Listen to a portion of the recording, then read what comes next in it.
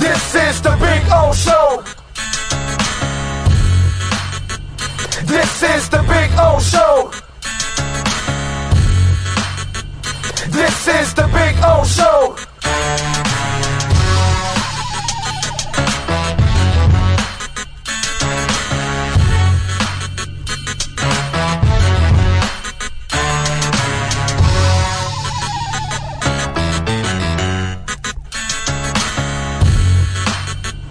This is the Big O Show. This is the Big O Show.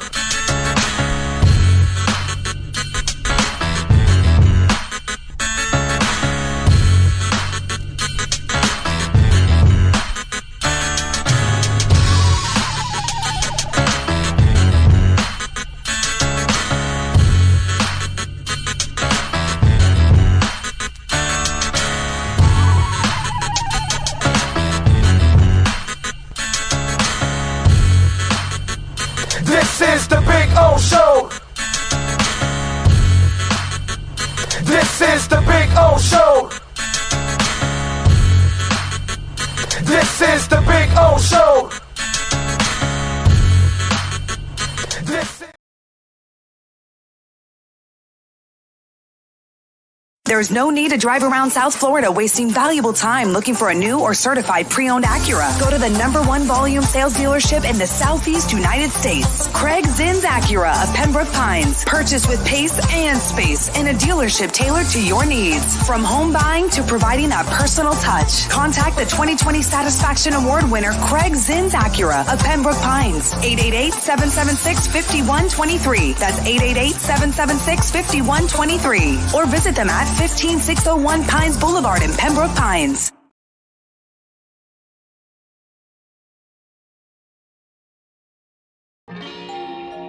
Oh, great. You have a doorbell camera.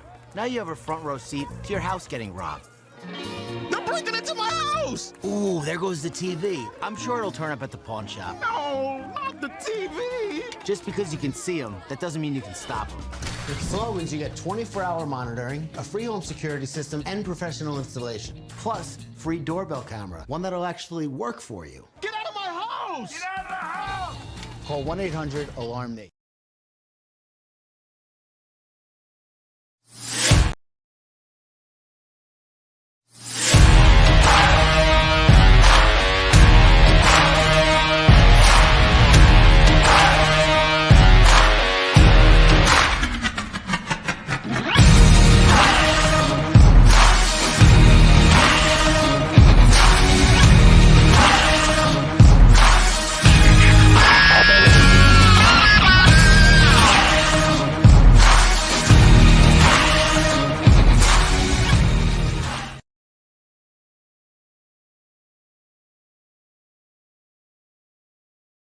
The viewpoint, statements, or beliefs expressed.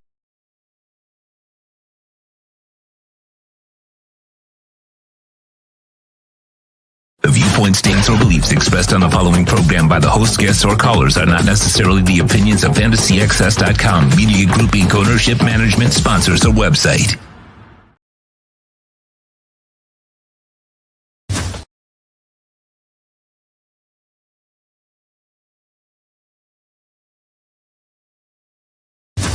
Comes to South Florida sports teams. Very few in the media have witnessed, lived, and covered it like the Big O. Let's start the program dedicated to your favorite South Florida teams with a passion that's unmatched. The Big O Radio Show is on. Here's the Big O.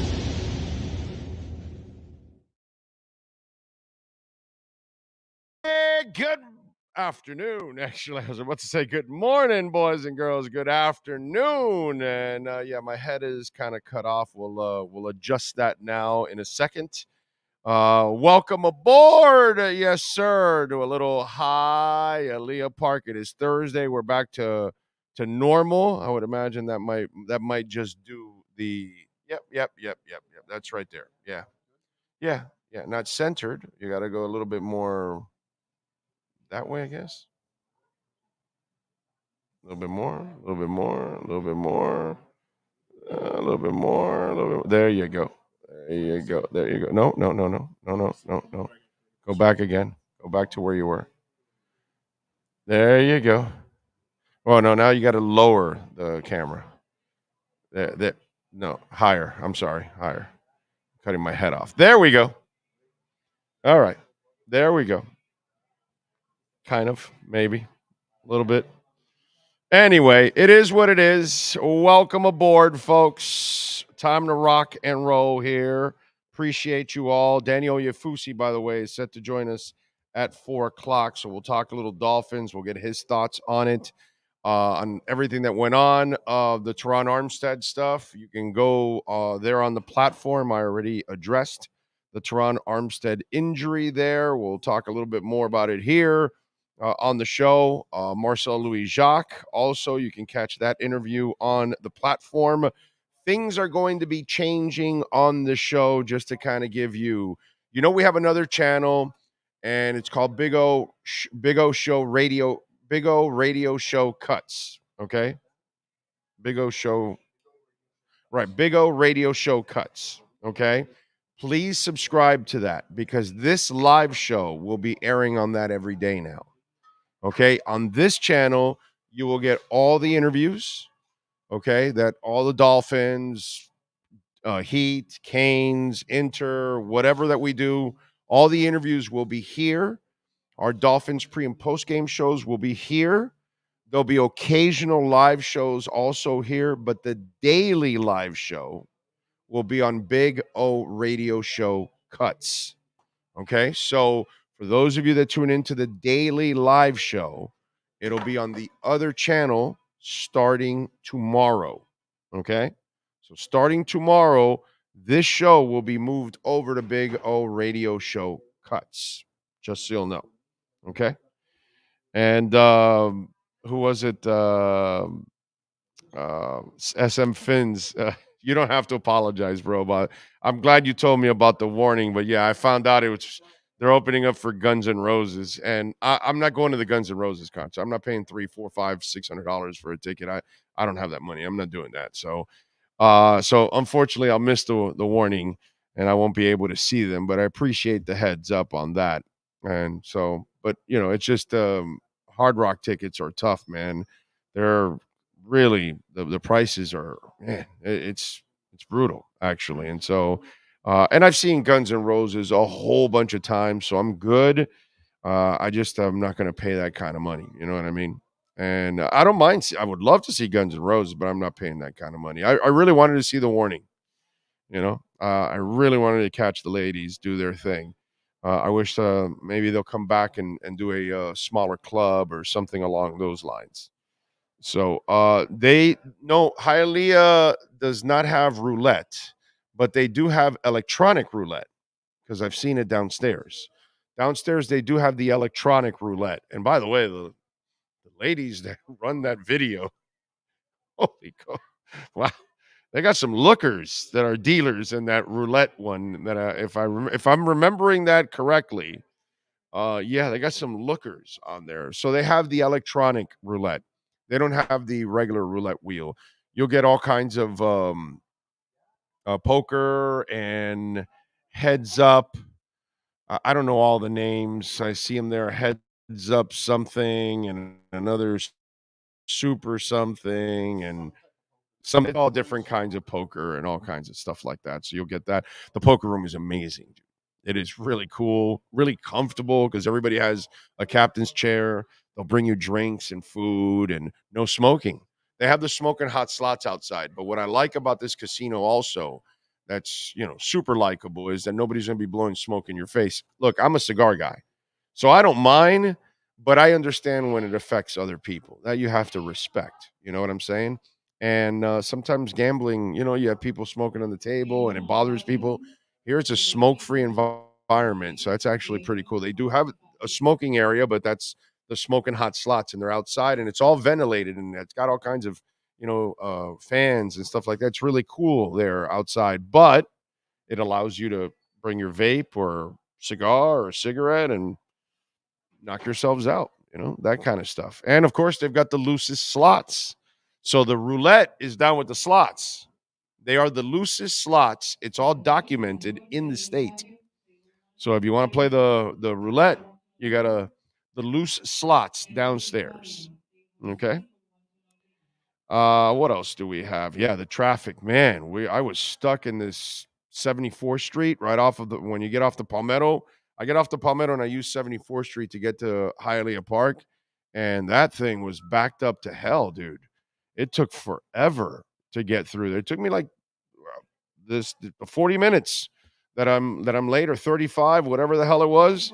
That's all the traffic. Because I usually walk in around 250, 255.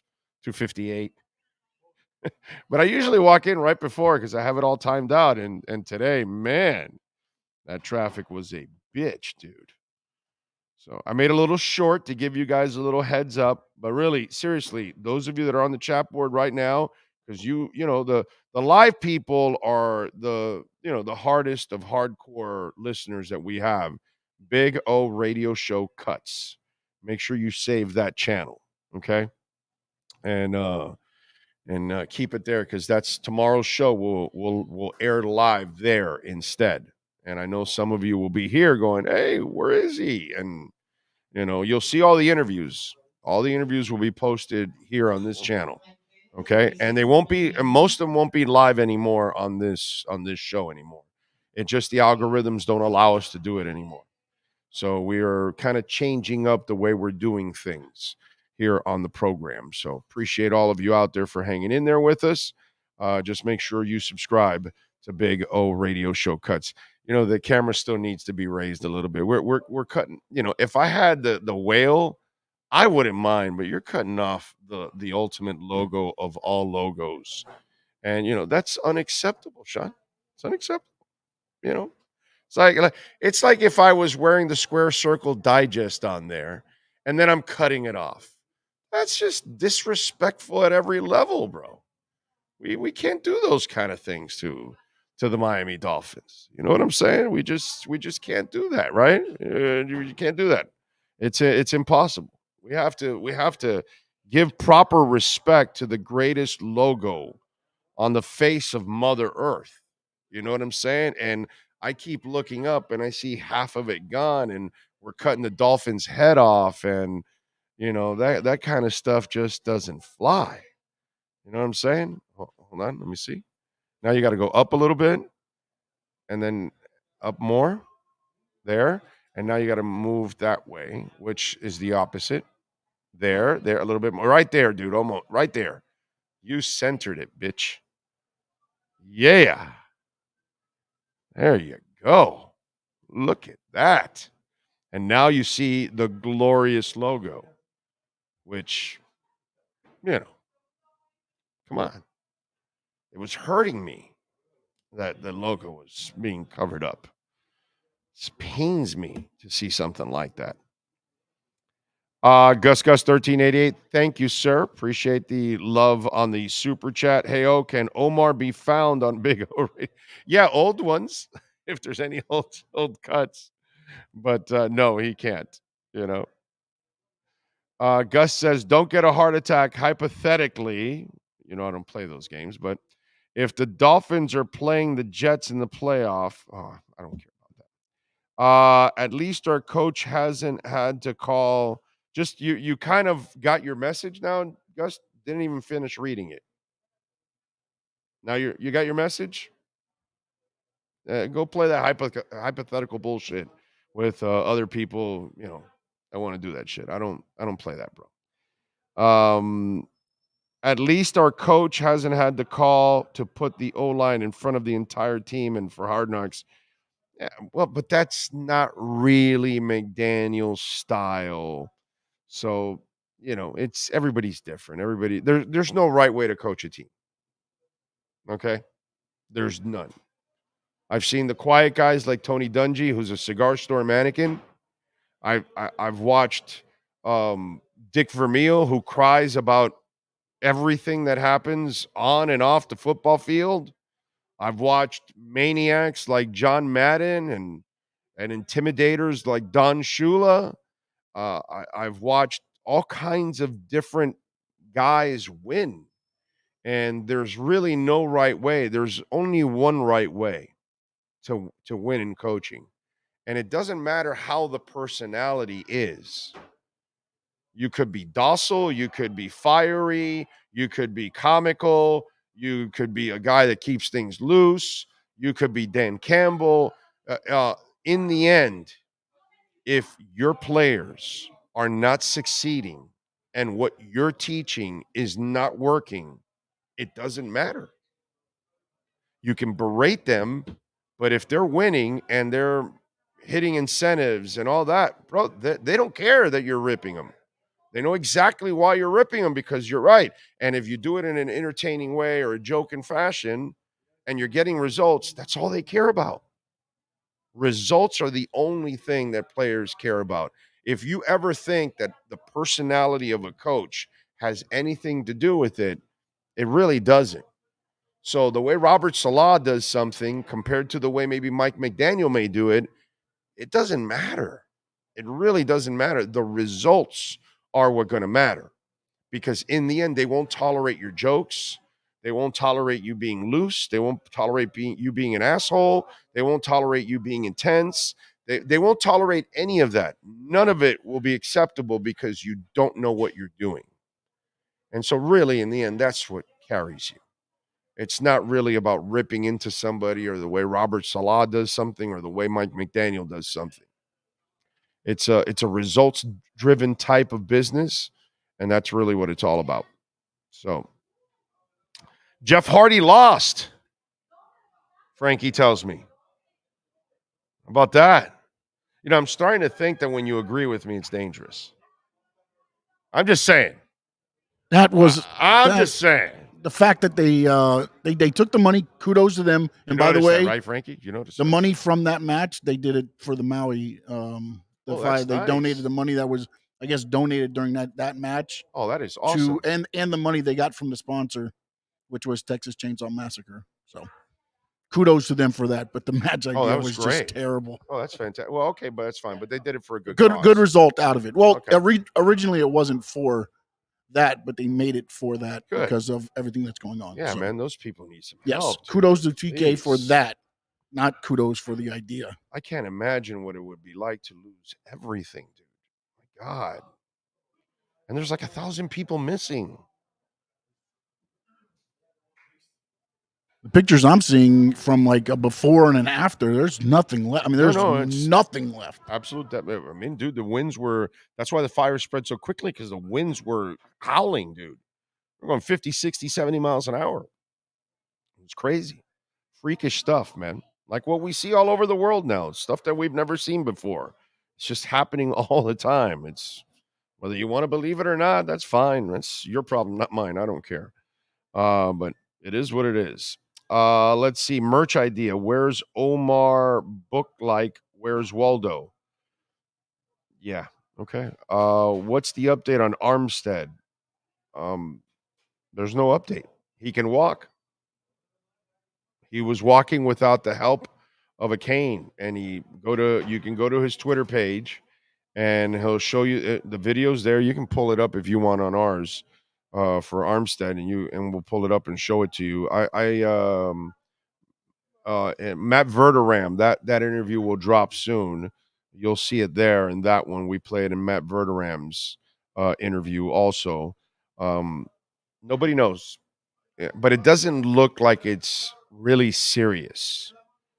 So it looks like it won't be a long-term thing. That's a guess, a pure guess. I didn't even sleep at a Holiday Inn, so I don't really have the authority to go all the way. If I would have slept in a Holiday Inn last night, I would tell you that I feel pretty good about it, but that's just not the case. I didn't sleep in a Holiday Inn, so unfortunately, I'm not sure. But I'm going to say it's not that serious, and I'm also going to say, hey, man, Kendall Lamb has gotten a lot of first-team reps, and he's looked good. So you're better prepared this time around for this injury than you ever have been. Weapon X United is in the house. John Madden never got mad and yelled at his O-line since he was an O-lineman in his playing days, and he says he always hung out with his grunts when he needed to feel better. I saw John Madden scream at everybody and anybody in the world. So he was a maniac on the sidelines. Can tell you whatever he wants, but I'm sure he screamed at somebody and everybody on that line. O-line, D-line, safeties, whatever. I'm sure referees, his owner, whatever. John Madden would go after anybody back in the day. Nyborg is in the house. No doubt. Steven Gonzalez. Eric Trujillo. Sweet Baby Ray.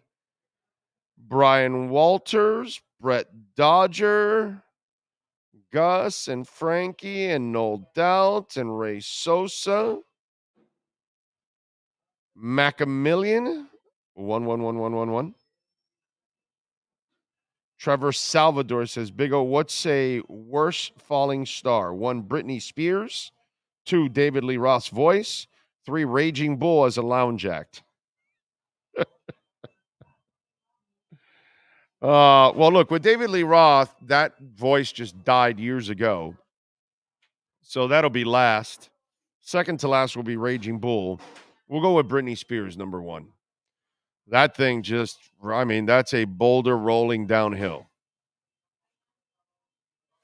So, Karun says the notification system wasn't used well before the wildfire. Ironically, Hawaii sent notification that a missile was going to hit Honolulu years ago. That was a legit false.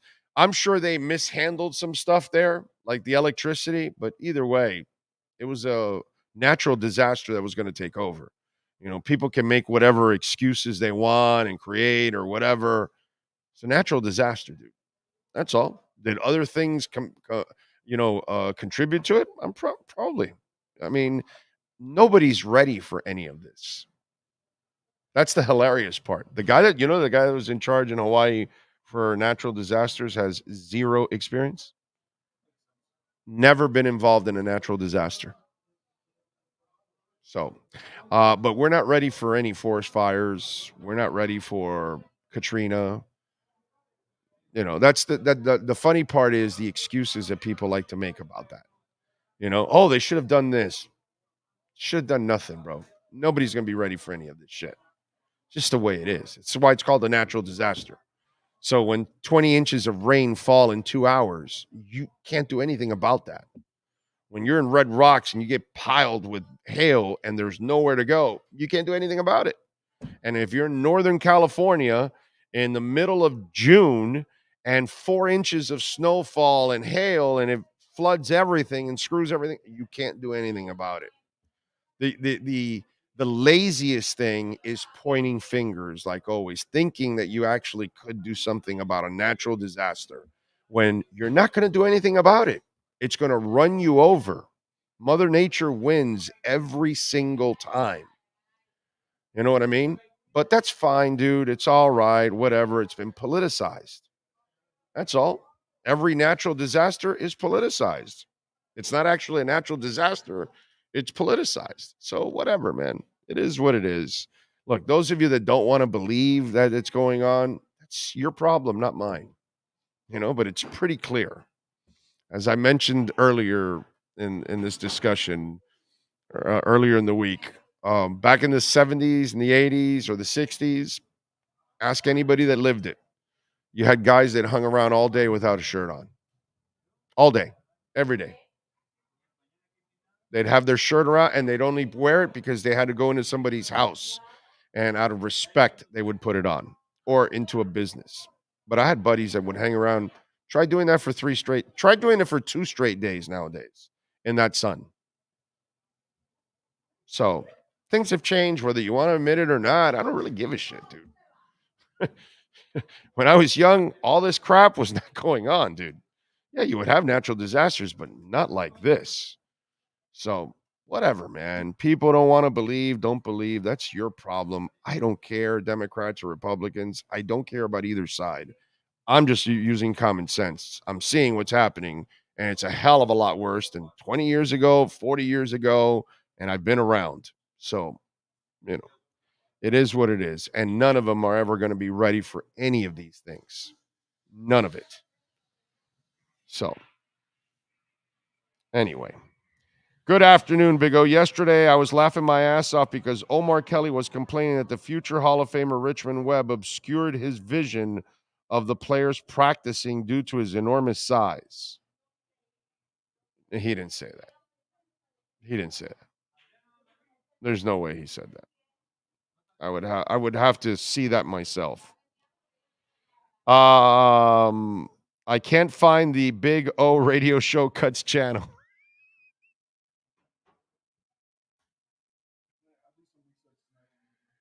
All right, because you had. Oh, you know what I can do?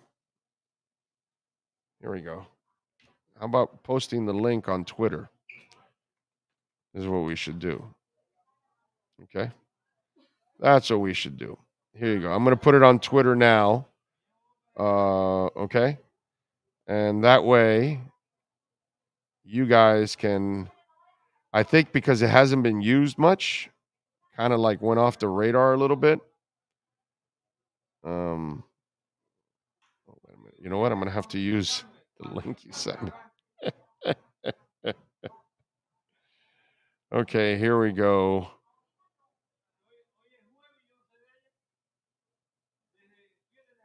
Here we go. Here we go. Here we go.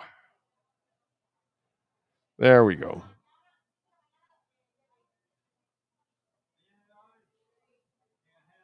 Okay. I'm putting the information.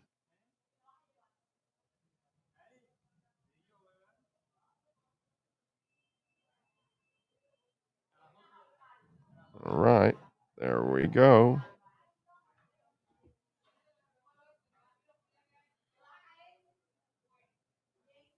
You got it now. It's there. It's on Twitter. So go to our Twitter page at Big O Show and hit the link there if you haven't and subscribe to it. Okay? Does it work if you put it on here? On what's it called? On our channel? On the chat board? Right? Does it work there? No, right? You can't do it on the chat board? Okay. All righty. Okay. The Twitter one does, right? So at least you got the Twitter one there. All right, folks? We tried. We did our best. We try, Ming. We try. Let's see. I'm going to try it anyways for the hell of it.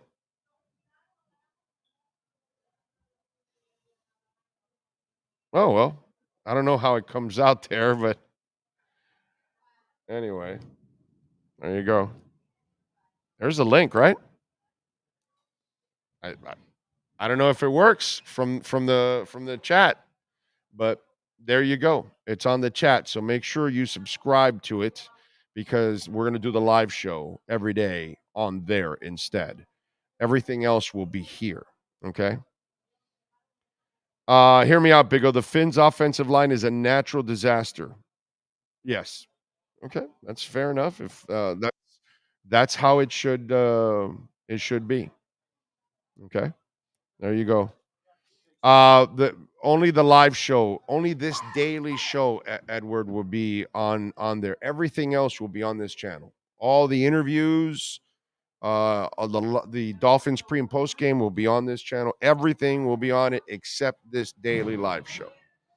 Okay, so it just screws up the algorithms of our channel, and so we have to do it this way. Unfortunately, we have to make a living, man, and so this is the way we have to go about it. Unfortunately, YouTube kind of changed the rules on us, and it's there you go. So starting tomorrow, make sure you're ready for that and get it done. Daniel's there. All right, let's bring him aboard. Let's talk a little Miami Dolphins. Daniel Oyefusi does an excellent job of covering the Miami Dolphins. Houston. What time you fly, Daniel? When you flying? Oh, man, I'm still here for the preseason game. We still got a couple more days in Houston. Oh, that's right. Oh, that's right, dude. So that's awesome. So tonight is clubbing, right? So tonight you're just going to go out and... Man, do you see my eyes? Tonight is time to rest. But I might step out. We'll see. Get some food. We'll see. Come on, bro. You're too young. You're supposed to be going out to like 5 a.m. and then coming back and just covering his team ages you. Right. Covering his team ages you. That's all I can say. You think? You think? I know. Trust me. It's been only been 3 years. Going on my 3 years, they've aged me more than I can imagine. Do you feel? Did you grow up here, by the way, or are you? No, I'm from Baltimore. I'm from Baltimore. So okay, so do you feel they're headed in the right direction? Because like Daniel, you haven't been around, but for like 20 years, I killed this team constantly. The coaches, the front office, all that shit. I like what they're doing now. Finally, I think Chris Grier is the guy. I think that and I like McDaniel too. Actually, I think that this team is actually headed in the right direction. How do you look at it? Yeah, well, I came in, my first season was 2021. We saw the 1-7 start to the year, just the struggles on offense, the regression by the defense and the way they turned it around. Obviously, Flo gets fired. They bring in Mike McDaniel, and we see all the great things that he does, bringing the best out of Tua. And entering camp, I mean, this was a team that I was very, very bullish on. Like, I had been on record saying that I think that this is arguably the most talented roster in the NFL. Like, that's how deeply I believed in this roster. But obviously, you have to stand the rigors of a 17-game schedule, and you have to stand the rigors of training camp. So far, obviously, they've had some bad luck with injuries. We all know about Jalen Ramsey's meniscus injury. Probably not going to be back until later in the season, maybe December.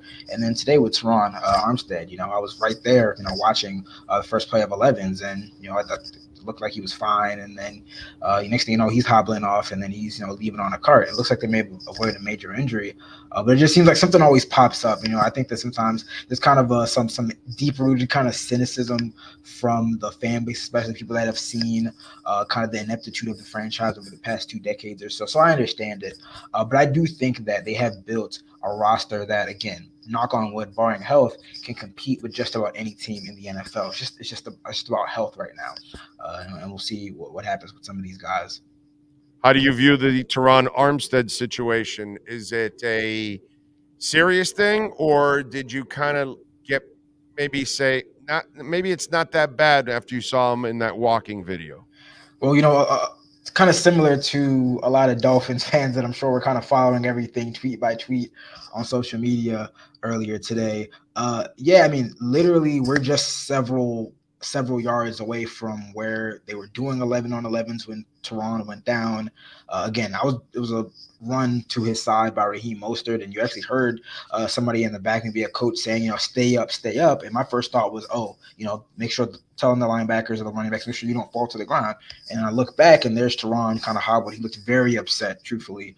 And obviously, within right, he hasn't done a ton of team drills. He said it himself even yesterday. It's almost kind of like terrible irony or coincidence, whatever you want to call it, that yesterday he spoke to reporters and he said, I'm still working my way back into form, after some a knee procedure, sounded like it was a knee scope or some cleanup work. And he's done a couple of team drills every single day, and then he watches from the side, works with the teammates. So for him to go down on the first play of team drills, I'm sure he was pissed. So he walks off to the side, walks up to the sideline, there's a tent. So we're media that were on the offensive side of the field. We're watching under a tent. A couple of yards next to us, there's another tent where the team trainers are working and whatnot. Terron sits on a bench, and he's there for about 10-15 minutes. He takes his pads off. He's in full uniform. Takes his pads off. Takes his right shoe off, and he's just sitting there on the table while the trainer's talking to him. At some point, he speaks to general manager Chris Grier as well. And at one point, he just kind of put his head down. His head was just down for a couple minutes, and I was like, I don't know if that's just disappointment, frustration, exertion, just being. I don't know. Like, we're all just kind of speculating. I didn't want to put all this out. We're just kind of speculating what's going on. And there was a cart next to him for some time, and finally, he puts a shoe on. Didn't really move his right leg, but puts the shoe on, and then he works his way onto the cart. So obviously, in training camp, you don't. A lot of times the cart doesn't necessarily mean it's like a season-ending injury or a long-term injury. Sometimes it means they just don't want to make, things uncomfortable for a player that's just suffered an injury. You don't want to have the guy walk all the way back to the facility. So you don't want to make too much of that. We did see him afterward on crutches, and he posted the video on social media of him walking in the facility. He was on a cart kind of being taken back to where all the Dolphins' belongings and their buses were and everything. He looked like he was smiling. So I know there's some reports out there. It seems like they avoided a major injury, but again, it doesn't have to be. Just because he's not out for half the season doesn't mean it's not something to monitor. Again, this is a guy who said he still wasn't ready, for the regular season, and he played through a lot of injuries last year. So for him to deal with something now, it's not great. Well, definitely not. Now, again, looks like maybe it's not so bad. What have you seen from Kendall Lamm overall? Yeah, so with Kendall Lamm, it's interesting because he didn't play in the preseason opener, and I thought that was just kind of an example of I thought that was just kind of an instance of them knowing what they had in the veteran. He's played about 8 years. He's looked really solid on the left on the left side. Honestly, I think that he can play both sides. He's the most experienced at left tackle. I think he has kind of the inside track to be the top swing tackle option. Even though McDaniel said before practice, again, kind of ironically, that we asked him about third and fourth left tackle options, and then this happens. But he said that they don't really have a third or fourth tackle option. But honestly, if Teron were to be sidelined, I think that Kendall Lamm would be that guy that they'd call on at left tackle. Have you been satisfied with his play? Because from what I've seen so far, he's actually done a really good job, man. And I have. He's gotten a lot of first team reps too. Yeah. So you have continuity there, and I have been impressed as well. He only played like a handful of snaps. They signed him late. I think it was maybe after Thanksgiving or so. They signed him to the roster when they were dealing with some injuries to Teron among others. I think it was the Patriots game he played, and I thought he looked fine. Obviously, it was only a small handful of snaps, but then he has the ankle injury and he's out for the rest of the year. I think he's a solid stopgap option. You're not going to get elite left tackle play like you would with Teron. I think that it is a better situation than last year, when truthfully all of Teron's fill-ins just weren't starting caliber level, and they were honestly maybe below backup level. Like the domino effect of when Teron was out of the lineup to the rest of the offensive line was just so jarring and so drastic. That's why he's one of the most indispensable players on the field, on the team. But if Kendall Lamm can go in there and give you starting level left tackle play, it gives you confidence. Again, I don't even know if Teron's availability for the season opener is in jeopardy. But again, just given the fact that he just said he's not ready for the regular season, and now he's limping off the field and whatnot, it is something we have to monitor. And obviously, we'll talk to Mike McDaniel after the preseason game. Yeah, I'm laughing because Tyreek Hill goes, "Oh well, he's more important than I am," and hey, they're up. He's up there. They're about even. He could be right. Technically, he could be right because you can't find Tyreek on the field if there's no Teron. You know what I'm saying? Yeah. Although, unless Kendall Lamm can do the job, and I've tried to walk Dolphin fans a little bit off the ledge because they're actually better prepared this year for the injury because Kendall Lamm has played well, so it looks like he can fill in at left tackle, and then Isaiah Wynn has played left tackle. Yeah. And he's played left guard, and then Cotton is also coming around, and then actually Austin, I know he has some ugly moments, but he's actually had some pretty good moments. Yeah, so he's looking better on the right side. Overall, they might be better suited right now for all this kind of chaos than they were last year, because you just said it. Last year, even the backups weren't really legit backups. Yeah. I think they did. Obviously they added Isaiah Wynn, who's competing to play playing left guard, but that versatility would help them. I think they are a little bit better prepared. But again, it's just kind of the domino effect. Like Isaiah Wynn could start left tackle, but then that means you have to start somebody else at left guard who may not be as good as left guard. And then again, just that kind of domino effect. They are better prepared. But again, even like the little things, like I asked it, like, why is it last year? Like, why is it that when Teron goes out of the lineup, again, when you lose your left tackle, your blindside protector, or in most cases, not for Tua, but the left tackle, like when you lose that player, there's going to be a drop off in production. But it was just ridiculous how like it seemed like the entire offensive line just struggled. And I forgot who said it, but somebody was like, Teron helps us with a lot of communications and whatnot. Pre-snap, he's pointing stuff out. So it's not just physically, but like mentally what he does and getting everyone set. His impact is huge across that entire offensive line. I'm with you there, and hopefully, Kendall can actually do the job. All right, give me something else from the practices that you liked. Yeah, I mean, hey, I was gonna say if Teron does miss time, it's funny we mentioned it before. If Teron's not out there, you really can't get the ball to Tyreek. He's looking like the most dominant player on the field today. Even after he went out, he was just downfield all over the field catching passes. Nobody can cover him. The defense did what they should do against a rookie quarterback and CJ Stroud. Jalen Phillips is just. I mean, he was giving it to George Fant this week, honestly. And it was funny after practice, he was saying that, hey, he was with the Jets last year and I could not touch the quarterback in that matchup. And that was a complete opposite this time. So the defense is really rounding into form. And one of those things that I think is that, like, this defense, even without Ramsey, I think they're prepared to be a top 10 unit. Right now, like even in 1 year of the first year of the Vic Fangio scheme, there's still some stuff to clean up, but they have the pieces. They got to figure out the Wilkins situation. They got to make sure that doesn't linger into the season. But if they have him, that starting 11 is solid. It's solid, and there's some great players. And I think that, even though the offense has gone through some struggles, I think that if that carries over to the regular season, the defense is in a position to really pick up the slack and then some.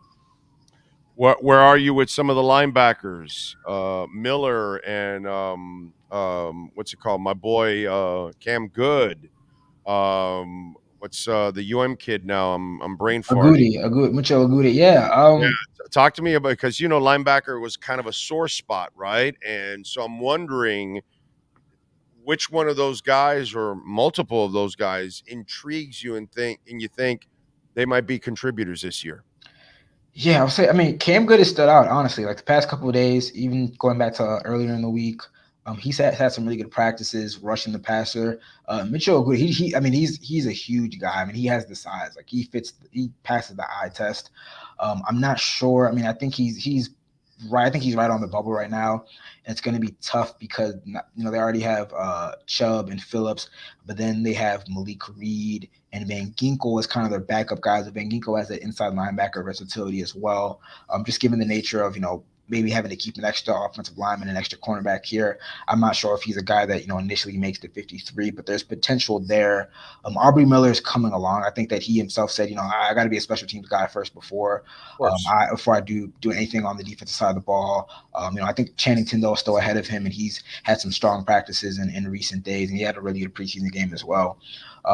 So, I mean, truthfully, I love the top end talent, and I really like the depth. It's not just the top end talent that makes me think this is one of the best rosters. I think at wide receiver, they have great depth. They don't have a star in the running back room, but they have a lot of guys who can contribute. Even on offensive line, they have guys that may be able to step in if need be. And on defense, the cornerback depth is being tested, but you're seeing guys step up. I mean, again, I know there's a clip of, I think Noah got burnt today in one-on-ones, but he's not going to be asked to play press man like he was doing with Flo and Josh Boyer. And he's looked a lot more comfortable in this system. Eli Apple is coming along. Kader Kohou, obviously he's going to be a starting guy out there with X. So like there's depth there. Elijah Campbell stepping up as well, and I think that he's a guy that can go from special teamer to playing legit snaps. I mean, I think he's right in there to start potentially opposite Javon. I mean, he's been that good. So there's depth on this team. Like they're obviously if you and by the way, I like that Fangio is what I thought was underutilized, and I kind of became a bigger fan than most people of AVG. I think Andrew Van Ginkel has just playmaking skills. Oh, he had a great practice this week, man. He had a pick yesterday. He had a couple pass breakups. Doesn't he have a nose for the football? Haven't you noticed that? Like from the day he stepped onto a field with the Dolphins, he's always around the football when you give him a chance. I think in this scheme, he's going to be a stud, dude. I mean, that's why they moved him to inside linebacker because they know he can make plays. So they're just finding ways to get him on the field. So there's depth here. I mean, if you look across the NFL, like I know some people say like there's not a lot of depth with this team or whatnot. Like if you look across the NFL, no team's happy with their roster. I mean, if you look in Baltimore, the Ravens are down to their 4th, 5th string cornerbacks. Probably starting in week 1. I mean, that's. There's a lot of teams out there whose depth is being tested. The Dolphins aren't the only team out there, but I think that they are prepared. If you lose your starting quarterback or your starting left tackle, of course things aren't going to be good. But there is a lot of talent, and I think that there's some quality depth on this team as well. Yeah, I there's no doubt to me. I think that's some of the things that. See, the problem is, Daniel, being around football as long as I have now, I don't believe the preseason and training camp tells you what your team's going to be anymore. I don't think there's enough hitting, there's enough practice anymore. And so now we're kind of guessing and we're kind of trying to, we're trying to project some of these things. And this is what I'm trying to project. Dolphins are a little better prepared for this injury with Armstead. And the Dolphins, I think, are better prepared at linebacker than they were last year. Obviously they're going to be better prepared with their coordinator because they've got one of the top 3 coordinators in all of pro football in Vic Fangio. But I think there's sneaky depth actually in the O-line, the thing that everybody's terrified about. And I think there's sneaky depth at linebacker because there's so much of these young guys that are unproven. But if you look at them, there's some quality there, bro. Agude has been flashing. Miller's been flashing. And then my boy Cameron Good has been flashing. I just think they're going to find something out. And then Van Ginkel, who's been underutilized. So I just kind of feel that, some of these positions that we were kind of uncomfortable with, I think might end up becoming a little better than what we thought. Yeah. Again, I think that there's going to be a lot of tough decisions on the 53-man roster for various reasons. I think first off, just kind of the nature of some of these injuries that are lingering on the team. They're going to have to figure out what to do, how to go. Do some guys start the season on PUP? They might have to hide them on PUP for a little bit. Yeah, obviously Ramsey's going to start the season on IR, but you have some really good. I mean, even like I did a projection after the first preseason game, and there's a couple guys where I'm just shaking my head like, damn, like I don't want to cut these guys. if I'm Chris Grier, if I'm somebody in the Dolphins front office, but you might have to do that and just kind of hope you can sneak them on practice squad. So again, the practice squad, this nowadays 16 guys. I mean, a lot of those guys end up getting elevated, getting signed to the active roster midway through the season, and they're contributing. I mean, we saw that with Verone McKinley playing a lot of deep safety and getting a lot of snaps as well. So I think we're going to see that as well, where there's some guys that don't make the roster, you kind of forget about them, and then in week 7, week 8, week 11, they're getting signed to the roster and they're playing significant snaps. It's just the nature of the team of the NFL. Yeah, no, it is. Unfortunately, it is the nature of the NFL. You got to deal with that. What else? What were you disappointed about? Okay, I saw the Nico Collins play. And I know he's been up and down, and he's had some moments at least this season. Still not enough to make this team. But give me Noah's an easy one. Give me something else. I'm a Noah guy, so I'm not gonna rag on Noah. I will say. I've been preaching a lot of caution with the offense in terms of I think that some of the day-to-day kind of reaction to Tua's interceptions have been a little bit overblown. But I was very interested to hear the comments from Tua yesterday explaining the picks and that the linebacker Christian Harris from the Texans remembered Tua kind of looking off the defense. Right. Coming back, and I asked McDaniel about that, and he said he wasn't worried about that because Tua, that's kind of part of the game. And he said Tua had 10 plays where he did that so much. Where 10 fantastic plays where he did that and he was able to find his receivers. But I do wonder in year 2, I think that there is a level of experimentation in order to not get stagnant. And I wonder if they will be able to kind of stay ahead of the curve enough. Teams know that they want to attack the middle of the defense. They know that they want to push the ball downfield. What we saw, the various ways that the 49ers and the Chargers, and to an extent the Packers, tried to take away the middle of the field. So I do wonder, I think that there is a high level of experimentation going on right now.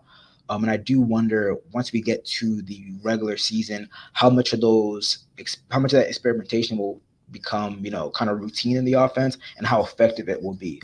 Because again, we saw them do great things in year 1. I think the natural expectation was that, all right, they're just going to hit the ground running in year 2. And it hasn't necessarily happened as much. We're not seeing as many deep plays, which I don't think is a big deal because I think that Vic Fangio's defense is just set up to prevent those deep completions. But I do wonder how much of maybe the kind of bumpiness. I mean, Teron said yesterday, sometimes we're having some struggles and some troubles. He was candid. And I do wonder, if they've made enough adjustments and kind of evolved enough to kind of, replicate and improve off of year 1. I know that Elliott is also in the mix, but I kind of feel Elijah Campbell has taken the lead. You've been to more practices than I have, So you've seen more than I have. So you tell me what you see. I don't think Brandon Jones is healthy enough, obviously, to win a job right now. Yeah. So Brandon looks like the kind of guy that is going to take half a season to kind of get that knee back to where he's at, and we're gonna miss him because the guy's a hell of a tackler, and he's a great blitzer from that position. But I just kind of feel that Elijah Campbell's done a really nice job of growing up as a player here the last couple years, and it just seems to me like he's the guy making more plays, and he'll be the guy next to Javon Holland. That's my prediction. That's my projection. What's yours? Yeah, I kind of start with Brandon. Yeah, it is kind of tough, and I really feel for him because he's a really good guy, one of the hardest workers on the team. But McDaniel said he hasn't really had a setback. But again, he's really pushing himself to come back, and then maybe some other parts of your body get compromised, and you just want to be really cautious with him. So they are going to be cautious with him again. I mean, he tore his ACL back in November. Yeah, man. So you're not even a month removed from that. I know some guys come back in 10 months, but they don't necessarily feel themselves for a lot longer down the line. So I have to say honestly, at this point in the season, with less than 1 month, at this point in training camp with less than 1 month until the season starts, it is kind of tough to kind of say that he's in the mix. It looks like I don't know if he starts the season on IR, but he might just be a guy who is, they just bring along slowly. Situational guy. Exactly. Yeah. And Vangio said himself, I just haven't seen enough of him. It's going to be interesting to see what they do with Elliott. You talked. It's interesting. Let's bring your conversation full circle, baby. You talk about that roster. That's the guy you put on the PUP list to say, hey. Well, they can't put him on PUP because he didn't start camp on PUP. Oh, that's right. So if they want to put him, if they want to IR him, then he's out for 4 weeks, and then the question is, okay, then they can do that. But is that the IR that you only get 3 of them that you can bring back? They changed the IR rule, so you can bring a couple guys back. I think it's more than 3, and then you can put a guy. Okay. And you can put a guy. You can put a guy. On you're bringing Jalen back. Jalen's already one of them. Exactly. So I don't know. See, that's the part I don't know about that rule. How much they changed it. Yeah. So if you can bring him back, then he's perfect for that because he's just not ready to be himself. Yeah. Yeah, but again, they have guys that are look like they're ready to step up. Obviously, they signed Deshaun Elliott. I know him from his days back in Baltimore. He's a big hitter. He knows how to do some of that deep safety stuff. But Elijah Campbell, like you said, he's made a lot of plays. He's looked good in coverage. He's shown some physicality. I think that there's a possibility that he's a guy that could maybe step into that Eric role in terms of lining up against tight ends. Obviously, they can do a lot of stuff in the secondary. They can do conventional nickel with Cater in the nickel. They can in the slot. They can do like some big nickel where they have 3 safeties and maybe Elliott and Campbell see the field at the same time. That's something that I proposed early on because there was a lot of questions about how Brandon Jones was going to fit in this defense. And I was saying, obviously he's competing and he's trying to compete to retain his starting spot, but I think he and Elliott can be on the field at the same time. So obviously Jones is out right now. I think Campbell and Elliott can be on the field at the same time as Javon Holland. But Campbell is definitely making a case to get some legitimate defensive snaps. Okay. All right. Good stuff. What do you got going on in the Herald so folks can check you out, Daniel? Yeah, obviously we got the latest on Teron Armstead, just breaking down everything that happened, the potential implications of that. We've got recap of, Mike McDaniel earlier in the day talking about the plan for preseason, what's going on with Tua, some stuff with Tyreek.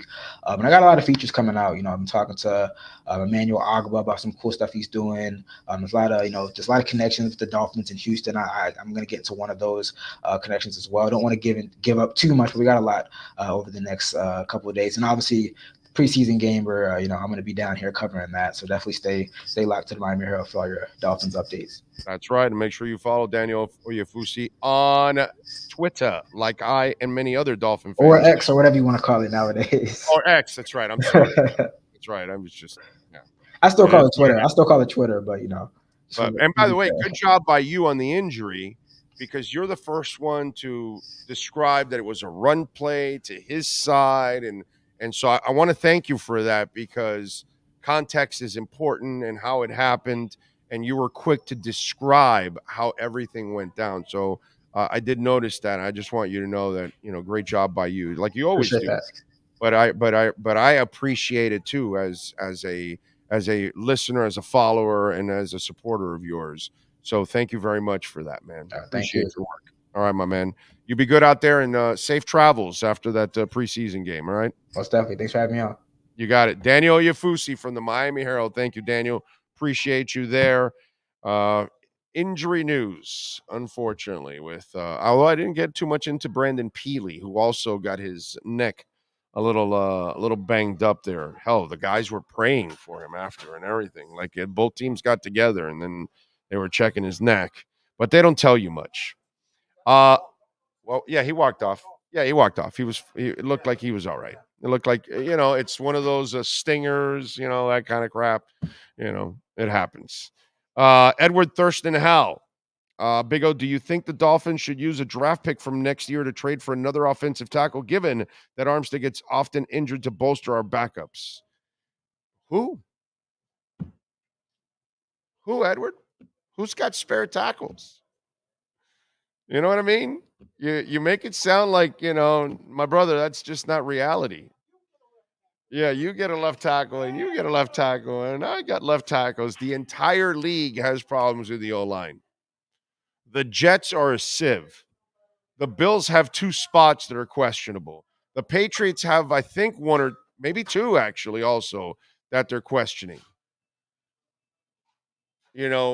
Everywhere. It's Philly. In fact, Kansas City's not as secure as I thought they were after talking to Matt Verderam. When you listen to that segment, whenever it drops, you'll hear it. San Fran, most everybody else has got problems with their offensive line. Nobody, I mean nobody has got a spare tackle. Nobody. I think it's safe to say in the league, everybody's 1 injury away from a bad offensive line. Chaos. Because you might think your 5 are great, but as soon as that guy goes down, you drop considerably. That might be San Fran and what's it called? Philly. Yeah. You know what I'm saying? But let 1 injury happen and then But I give Philly credit. You know why? They draft linemen every year. They do. Bro. They do. In their draft, every year there's a lineman. And I think it's kind of like quarterback. You need to draft a lineman every year. You gotta. And I know this year they were screwed thanks to stinking owners. But still, it's just nobody's going to give you a tackle, bro. Nobody. It's just not going to happen. Nobody has any spare tackles. They don't have spare guards. They don't have spare centers. They don't have spare anything, dude. They don't even have 5. And so they're not even going to trade one that they do have. So it's very unrealistic, Edward, for any of that to ever happen. Okay. Dolphins keep signing names, free agents, coming off injuries. It's the way it goes, bro. Lots of players are injured. What are you going to do? It is what it is. Who? Armstead? He got rolled up on? I believe it was Wingfield or Travis. One of them were saying one of the guys they had were out at the thing. A friend of his was there. He didn't say whether he was a media friend or not, but he said that somebody rolled up on Armstead, but it wasn't like he even said you guys avoided a huge. Well, I guess where he rolled up, not at full body weight maybe or something, right. But again, Teron Armstead is a big man, so any bit of roll up probably, Yeah. So I get it, man. A lot of you feed off negativity, and you can't wait to just jump off the bandwagon, complain, and point fingers. And when we don't even know if the Teron Armstead injury is even serious. And that was why when Oyofusi said, stay up, I started thinking, like, because of the tweet I saw from him was like, they were probably talking about that guy. He was either somebody pushed him down or, something. Yeah. So, I mean, it's just, and then we try to tell you that they're actually better built for this now. But of course, we're going to scream from the top of our lungs and then everything's done when nothing is, we don't even know. It may not be even that serious. You might be back in a week. So I'm just not going to overreact on something until I don't like to panic on something until it's not good that he gets injured, but I don't like to take it to the extreme that the season's over and all this and fire this guy and all that when nothing's happened yet. Guy might be just fine. I don't know why he was even practicing. To be quite honest, I don't need Teron Armstead to practice. The hell, he didn't practice all last year and played fantastic. Dude never practiced. Even injured, he didn't practice, and he still played well. Did he even give up a sack in the playoffs with 5 injuries? Yeah, he played in the Buffalo game. Yes, he played in the Buffalo game. We were amazed. Remember, we were freaking out that he played in the Buffalo game, and he played the whole damn game. I don't think he allowed a sack in that game. What the hell does that guy need to practice for? If anything, I'll complain that Mike McDaniel allowed him to practice. Seriously, what I need is Kendall Lamb to get all the reps so he's ready if something happens to Armstead. If I'm pissed at anything, I'm pissed that he's practicing. I don't give a shit that he says he has to practice. Brother, you proved to me last year you didn't need to practice. I'm not playing you, Teron. You can't stay healthy. When he tells me, I need to, no, sorry. You'll get your reps during the week. No, sorry. Can you stay healthy, Teron? No. Okay, so then you're going to play. You're not going to practice. We're talking about practice. We're talking about practice. Not a game. Practice. No, I don't need to see Teron Armstead at all anymore. Just get your reps, your practice reps. That's it. I don't need you scrimmaging, bro. Don't need any of that. Look, like you just said, somebody rolled up on him. This wouldn't happen if you just give him regular reps. That guy is a stud. He's a natural stud. He's just one of those dudes. You know, when you're a special talent, they just can do things that you and I could never do in our lives. We can even dream about it, and we still can't accomplish what they do in reality. So it's a rough sport. People get hurt. Amen. It's the way it goes. So if you're worried about Tua getting another concussion, Edward, get rid of the football. That's all, bro. It's pretty simple. His concussions have all come from holding onto the ball too long, not because he got hit under 3 seconds. And so if you're worried about Tua, Tua has to take care of Tua. Okay? That's how Marino did it for his entire life. That's how all great quarterbacks do it. Tom Brady didn't let you breathe on him. He was going to get rid of the ball. That's what smart quarterbacks do. Snap, make the read, make the throw right away. Don't hang on to the football. Don't play hero ball. Don't start running around all over the place because one of those big fat dudes is going to grab a hold of you. And when he does, they're going to crush you because that's what they do. So if you're worried about Tua, Tua can take care of himself by making the right decisions. Get rid of the football. Didn't he want to practice? He did, but I don't give a shit what he wants to do, Frankie. If I'm the coach, I'm going to tell him, Teron, you can't stay healthy. I'm not practicing you. I'm not going to have you go up against somebody and you can't stay healthy. I need you for the regular season. I need to keep you as fresh as possible. Now you've given him an injury that now he has to overcome to start the season. Good thing is he has 3 weeks, so he can get a lot of treatment, but he doesn't need any more. He doesn't need any practice. He just needs some reps. He needs some conditioning, and that's it. He's a Hall of Fame talent. Those people are cut different than the rest of us.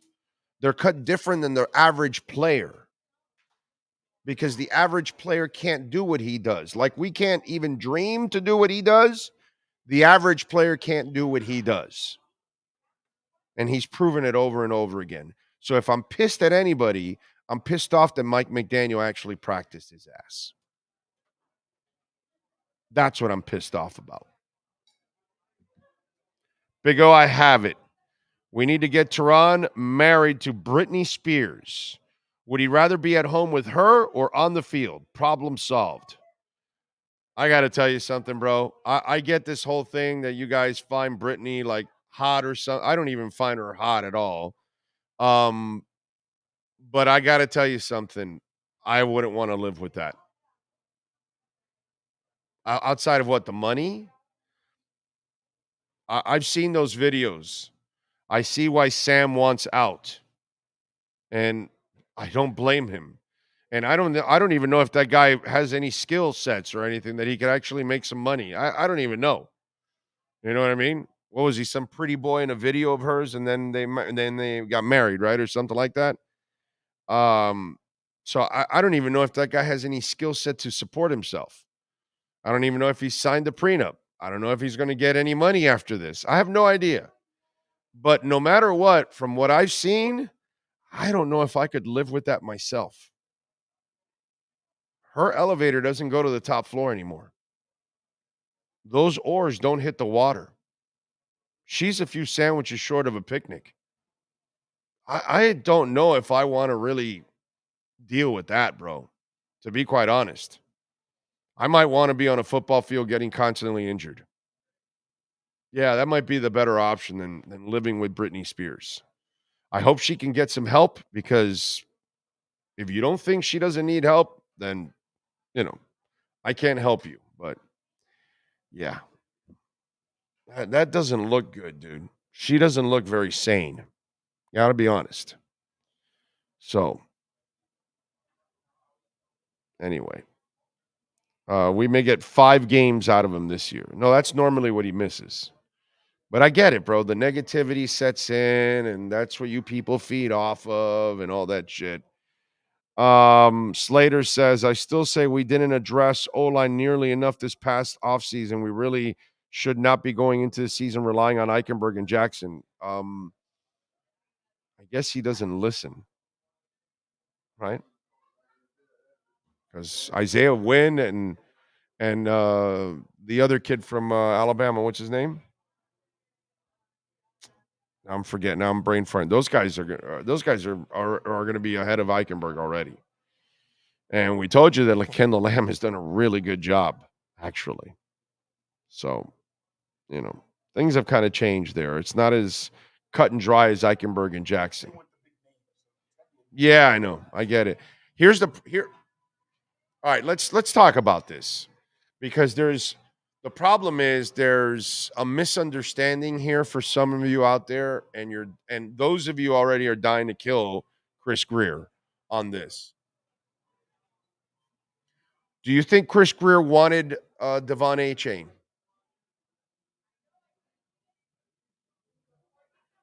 No. He probably didn't want to pick Devon Achane. Guess who wanted Devon Achane? The head coach. The head coach wanted Devon Achane.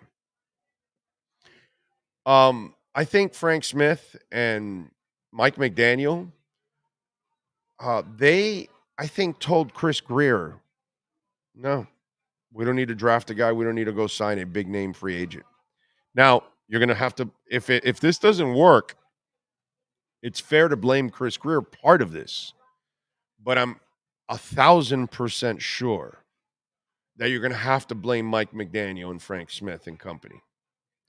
Because did I not say for like months now that they didn't want to give up on Eichenberg and Jackson?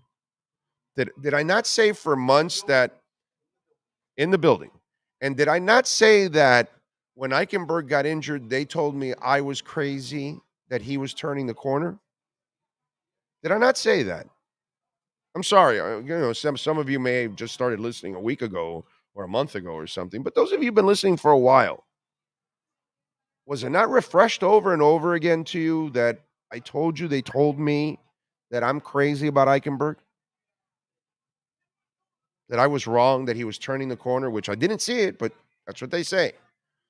So if I'm telling you that in the building, they still believe in those guys. Maybe you don't and I don't, Okay? I'm not arguing with you about Eichenberg or Jackson, by the way. Even though Jackson has actually found some more consistency early on, it was kind of really ugly. He would hit one and then miss one completely. Maybe the last couple practices, I haven't seen them because I've been traveling, but apparently he's been much better. Maybe they told Greer, we're good. This Kendall Lamb guy, we can work with this Cotton. Is it Cotton? Cotton, Robert Jones. I go get us Isaiah Wynn. So they chose not to go down that path. And I don't think it was actually all on Greer. I think it's very minimal on Greer because Greer does this at times. If his coach likes players or a player or whatever, he will appease that coach and say, okay, here. Now, he will butt in and say, no, this guy's better or that. He'll do that to them. But there are moments where they will say, I want this guy, I want that guy. And then the GM is going to appease. And I think if it fails, don't just blame Greer. Okay? You can blame Greer to a certain extent because he should have overridden them. That's the way you want to look at it. That's fine. That's fair. But I think you're going to have to blame Mike McDaniel and Frank Smith and company because I have kind of already told you what's been going on. They believe in those guys. They weren't ready to give up on them. So how do you give up on somebody by drafting somebody else? Then you've given up on them. You know what I'm saying? That's kind of the way it goes. And that's why I think that this will be collectively if it fails. Okay? I've told you, I think they're in better shape this year. You know, the problem is we are all so beaten down from all these years of failure that we think failure is right around the corner again. Whereas I didn't see a Kendall Lamb last year when Teron Armstead wasn't there. And so, you know, this Cotton guy has shown me that he can run block, dude. The Isaiah Wynn guy can pass block here. So let's see. Maybe you got something here out of one of those two. Robert Jones did a solid job. So you have three people that could fill in at left guard. You know what I'm saying? Before you panic and before anybody says, you know, it's over, let's take a step back. Let's wait. Okay? Let's see how it develops before we start saying everything's gone to hell. Okay? And again, if it goes to hell, I want you to remember this conversation. I get it. We're all going to start laying blame. But if you're going to lay blame, I think it's a collective thing. Don't aim it just at the GM because I think in this case, the coaches with the GM have to go together because I think they had the major influence on why there weren't big moves in the offensive line. Just telling you. Okay? Frankie, thank you for the love in the super chat. Is it true that Inter Miami will be playing Copa Libertadores? Yes, they were already invited. Yes, which is awesome, which is fantastic. That's messy. And that's great, man, because now we get to be with the best teams in Central America and that'll be pretty cool. That'll be pretty awesome.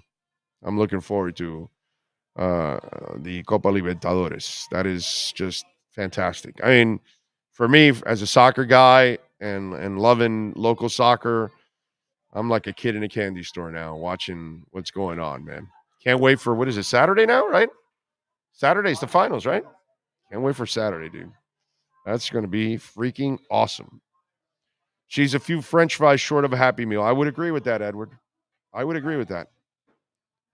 Definitely. So, Greer's fault for letting the head coach pick it. No, it's not. Actually, that happens all the time, Pseudo Spike. Coaches pick players all the time. The GM doesn't pick all the players all the time. Sometimes you will lean to your coach if he really likes a player and you say, okay, coach, it's your call. And you have to give people, you know, you probably, Pseudo Spike, you've probably never been in a position of authority. But those that are leaders, the best thing that they do is actually delegate responsibilities to others. If you have to micromanage everything that somebody does, then you don't need that person. Fuck, do I need this guy if I have to tell him how to do everything? The hell do I need that for? 90% of the time, he's telling me how to do everything. That's how it's supposed to be. Because he knows his business way better than I do. So you hire, you team up with your partner, you delegate, and your partner has those responsibilities. That's what you do in business. I'm sure that's what Steve Calabro does here.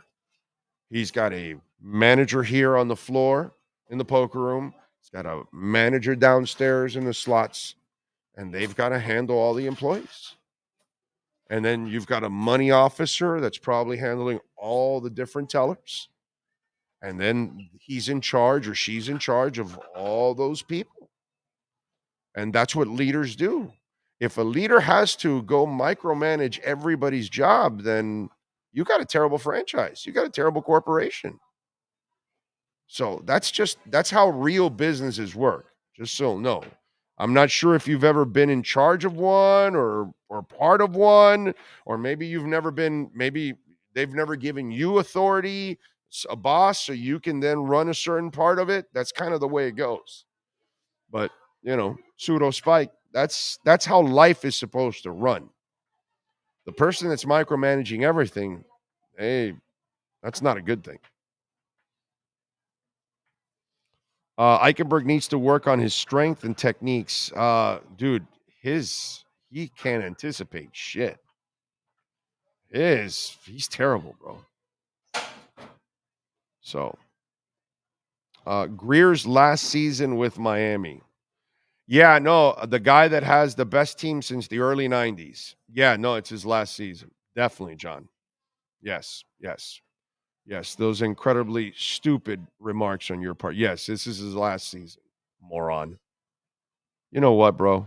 Let's just get rid of this clown. John Murphy. Get rid of his ass. Just, I hate stupid people. I really hate stupidity. Seriously. I just can't stand stupidity. It's something that I cannot tolerate. I have no patience for stupidity. Zero. None. Don't care for it at all. If you're a stupid ass mofo like Murphy, then, what can I tell you, bro? So get the hell out of here. Can I get unblocked on Twitter? No, Bromar, you don't get unblocked on Twitter. Once I block you, you're done, bro. You're done. Your history, you're in the archives. So, walk the fine line. Don't screw around. Don't be a troll. Don't be disrespectful. Don't be an idiot. You don't get unblocked. Haven't you been blocked on this chat board already once? Isn't this the second time around for you? I'm pretty sure of that. Am I not sure of that? Did I not block his ass already once? Yes, I know I did. If I blocked him here and I blocked him on Twitter, then, you don't get unblocked, dude. You don't get unblocked. I put your ass in that. Did you watch Superman? I put you in that little mirror and it just sails into the space and you're just there forever. And it's over. Once I block you, it's over. I unblocked one person. Do you know why? That person went personally to one of my live performances and came to apologize. So, Bromar, you want to get off? You come personally and apologize to me. And then you get unblocked. Okay? That dude I respect. Because he knew he was an asshole. He got blocked. And then he came by and admitted he was an asshole, like all of us are at times. And I unblocked him. And I forgave him. So if you want to get unblocked, you got to come personally. And if you don't live here, sorry, can't help you. What Copa Libertadores that is big, really big? What do you mean, like the tournament? Or what are you asking? What happened? Did something happen? Oh, okay. All right, let's do this. Give me a 1 minute break here. Wait a minute. What's up, Sean? Okay. All right. Give me a 1 minute break here. Oh, we're gonna restart. Okay. Okay. All right. We're gonna go a quick break here to switch over. We got to switch computers. You might lose a little audio. Don't freak out. Stay right there. We'll be right back right here on the Big O Radio Show live from Hialeah Park.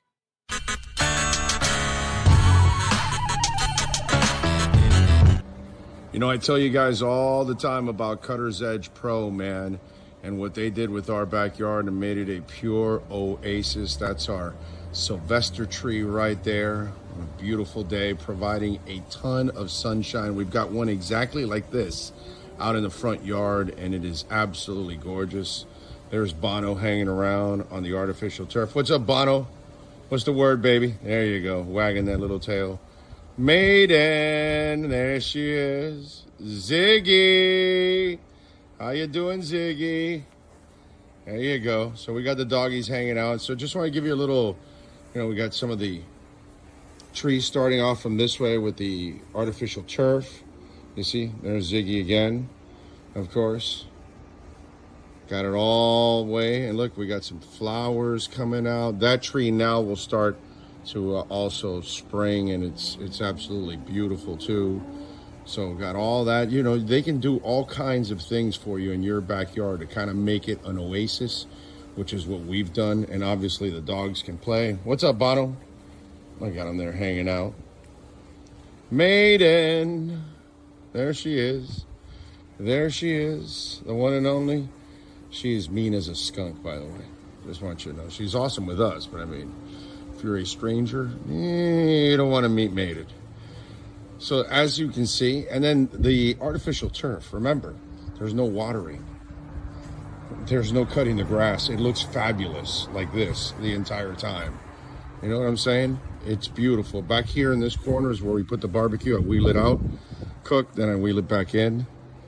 See, looks beautiful, doesn't it? Flowers are coming out. It's awesome.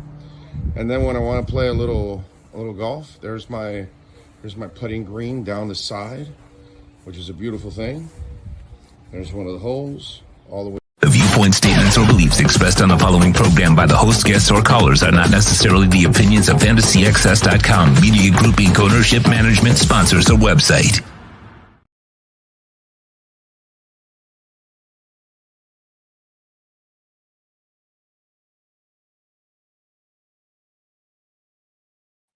Are they okay? There we go. Are we there? We're there. We're here. We're there. We're here. We're there. We're like Sagua Fair. We're everywhere. By the way, that was a great idea. Bromar Smelly donates $25 on Cash App or Venmo at Cash Big O Show. He gets unblocked. Buy your way out of getting unblocked if you can't go personally to apologize. So there you go. Buy your way out to get unblocked. Let's see. Adolfo says, what I mean is Inter Miami and Copa Libertadores. That's really big, like really big. Never heard of an MLS team going to Copa. And yeah, of course, because Messi, bro, the Messi effect is just a beautiful thing, dude. And Frankie, that's a good one. And you know what? And he's right. It should be $25 of Bitcoin. Cash App or Venmo, Bromar, $25 of Bitcoin. That's a good one, Frankie. $25 of Bitcoin gets you off the hook on Twitter. All right? That's the only way, Bromar, unless you come personally to apologize. If you come personally to apologize, then I will unblock you. But if you don't want to do that, then you got to send Cash App or Venmo at Cash Big O Show, $25 of Bitcoin. I like that, Frankie. That's a good one. It's got to be a Bitcoin donation on top of all of that. So there you go. And by the way, Bitcoin's like 28 something. So it's a little bit of a dip. I love it right now, Bromar. That's a good one. $25 of Bitcoin, Cash App or Venmo. Cash Big O Show, and we'll get you unblocked. Trebor says, I was at my grandpa's who was watching this old Western, Big Valley. I love Big Valley. Damn, Linda Evans was a smoke show. Not only Linda Evans was a smoke show, but the younger daughter was the real smoke show on Big Valley. What was her name? Linda Evans was the other one there, but what was the name of the young girl that was there? Let me see. The Big Valley. I love the Big Valley, by the way. That was my favorite Western as a kid, more than Bonanza. And that's probably because of the babes in Big Valley. You know, that's probably why. Cast of characters. Here we are. Wait a minute. What's right? Oh, damn it. Where are we at here? Here we go. I'll be able to find it here now. What was the name of, or was the young one? No, the young one was Linda Evans, right? Because I'm thinking, yeah, because Linda was in Dynasty, and that, yeah, right? That's what it was, right? The young one was Linda Evans, or am I wrong? Let me see. Hold on. Here, top cast. Now I got it.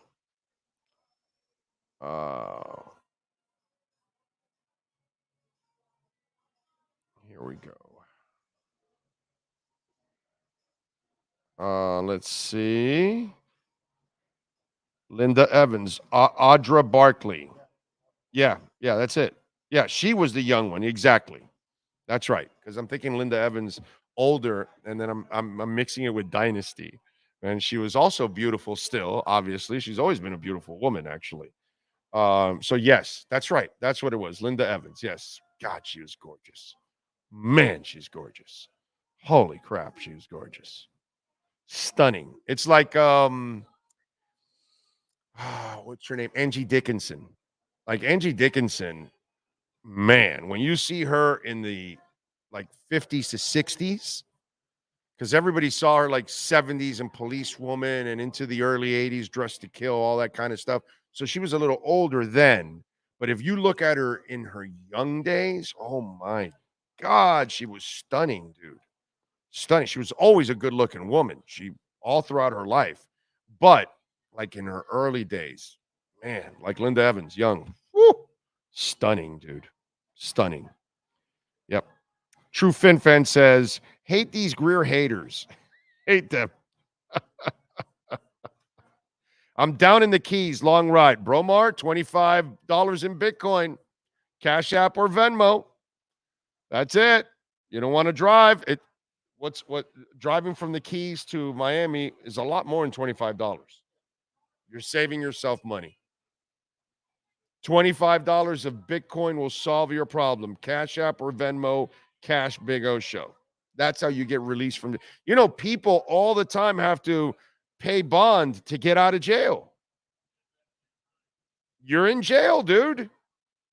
That's it. You got to buy your way out of jail. What can I tell you? Greer's fault for the injuries too, right? True Fin Fan.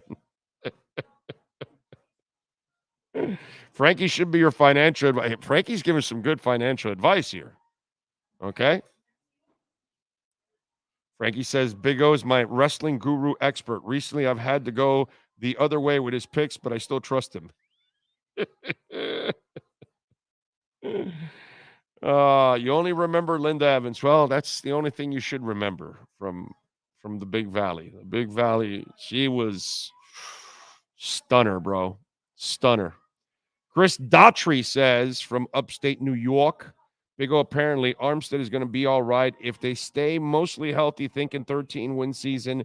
Talent is there. Coaching is there. And I'm thinking Jackson might step up. Brother, if Jackson can step up, it would be so awesome. So awesome. There you go. Goldie Hawn and laughing. That is definitely a smoke show. Astros defeat the Marlins 12-5. Can I give you something odd here? We like talking about an MVP. And last night they lost 12-5. But I still have a Cutter's Edge Pro MVP of the night. Who's last night's MVP? For your complete landscape solutions anywhere in South Florida, there's only one MVP. CuttersEdgePro.com.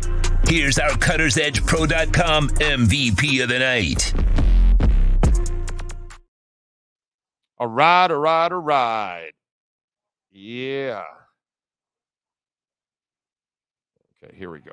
All right, so let me give you my Cutter's Edge MVP. And by the way, the folks at Cutter's Edge, call William and Mike. Excellent work. Go to their Instagram page. You can see a lot of their work. Landscape design, outdoor lighting, irrigation design, and build. Tree trimming right now. We got storms. Hopefully we get hit by none. But if we do, if you got trees hanging around, they could cause extra damage. You want to trim that stuff and clean it all up. Don't get on the ladder and don't get on the roof and put yourself at risk. Hire professionals that are fully insured, by the way. Cutter's Edge Pro, okay? Hire those people. They will get it done for you. And if you want to really take your home or your business to the next level, Cutter's Edge Pro. Now, last night, you would say, well, wait a minute. Oh, they got their asses kicked. That sack fly was like the key, was the turning point. They scored 7 runs in 1 inning, or 6. Was it 6 or 7? Six runs in 1 inning. I mean, it was a crazy inning. I get it, dude. I saw it. I watched it. I understand. I watch them all the time. But I got to tell you something. You know what's an MVP to me? Skip Schumacher. I love the way he handles the team through adversity. I like how he handles the media. I think he's fantastic with the media, dude. You know, I watch his press conferences every night. And watch, you know, all the ladies and gentlemen that cover the Marlins ask questions and things like that. And I think he is really a great hire for this team, for this young team. He really knows how to communicate with these guys. And I think this is one of the reasons why they're still afloat. It's because you got an MVP in a manager like Skip Schumacher, who kind of keeps everything real level-headed, doesn't really kind of lose his cool with guys. You know, you got to be a different kind of leader in today's world, because younger people are kind of wired a little differently than us older school people, that we kind of fight through everything. It's a different world. You know what I'm talking about. And I think Schumacher is perfectly built for this team. And I think his leadership is an MVP, win or lose, every single night. So I got to give him my Cutter's Edge MVP of the night. The MVP of the night is brought to you by CuttersEdgePro.com. Servicing HOAs, condominiums, townhomes, commercial properties, corporate parks, and malls throughout South Florida. CuttersEdgePro.com. Providing South Florida MVP performance every day of the year. All right. Oh, let me see something here. Can you send Alex a link, please? Okay. All right. No way. Oh, wait, but it says Mike G. You see? Somebody just sent for unblock me. Mike G. Is that really you?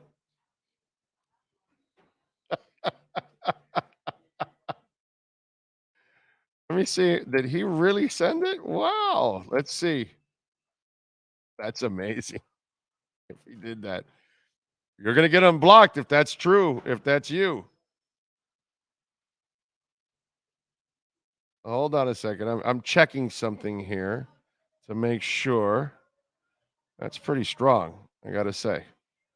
I got to give Bromar some credit. Bromar, do me a favor on the chat board. Put what your handle is, because you just can't go to the blocks, and I don't even know where it's at. But let me do me a favor. Put your handle there so I can. He did. He sent it. Now I don't know. You put your name as Mike G, but okay. All right. Okay. Let's go Fins. Okay. All right. Let's see.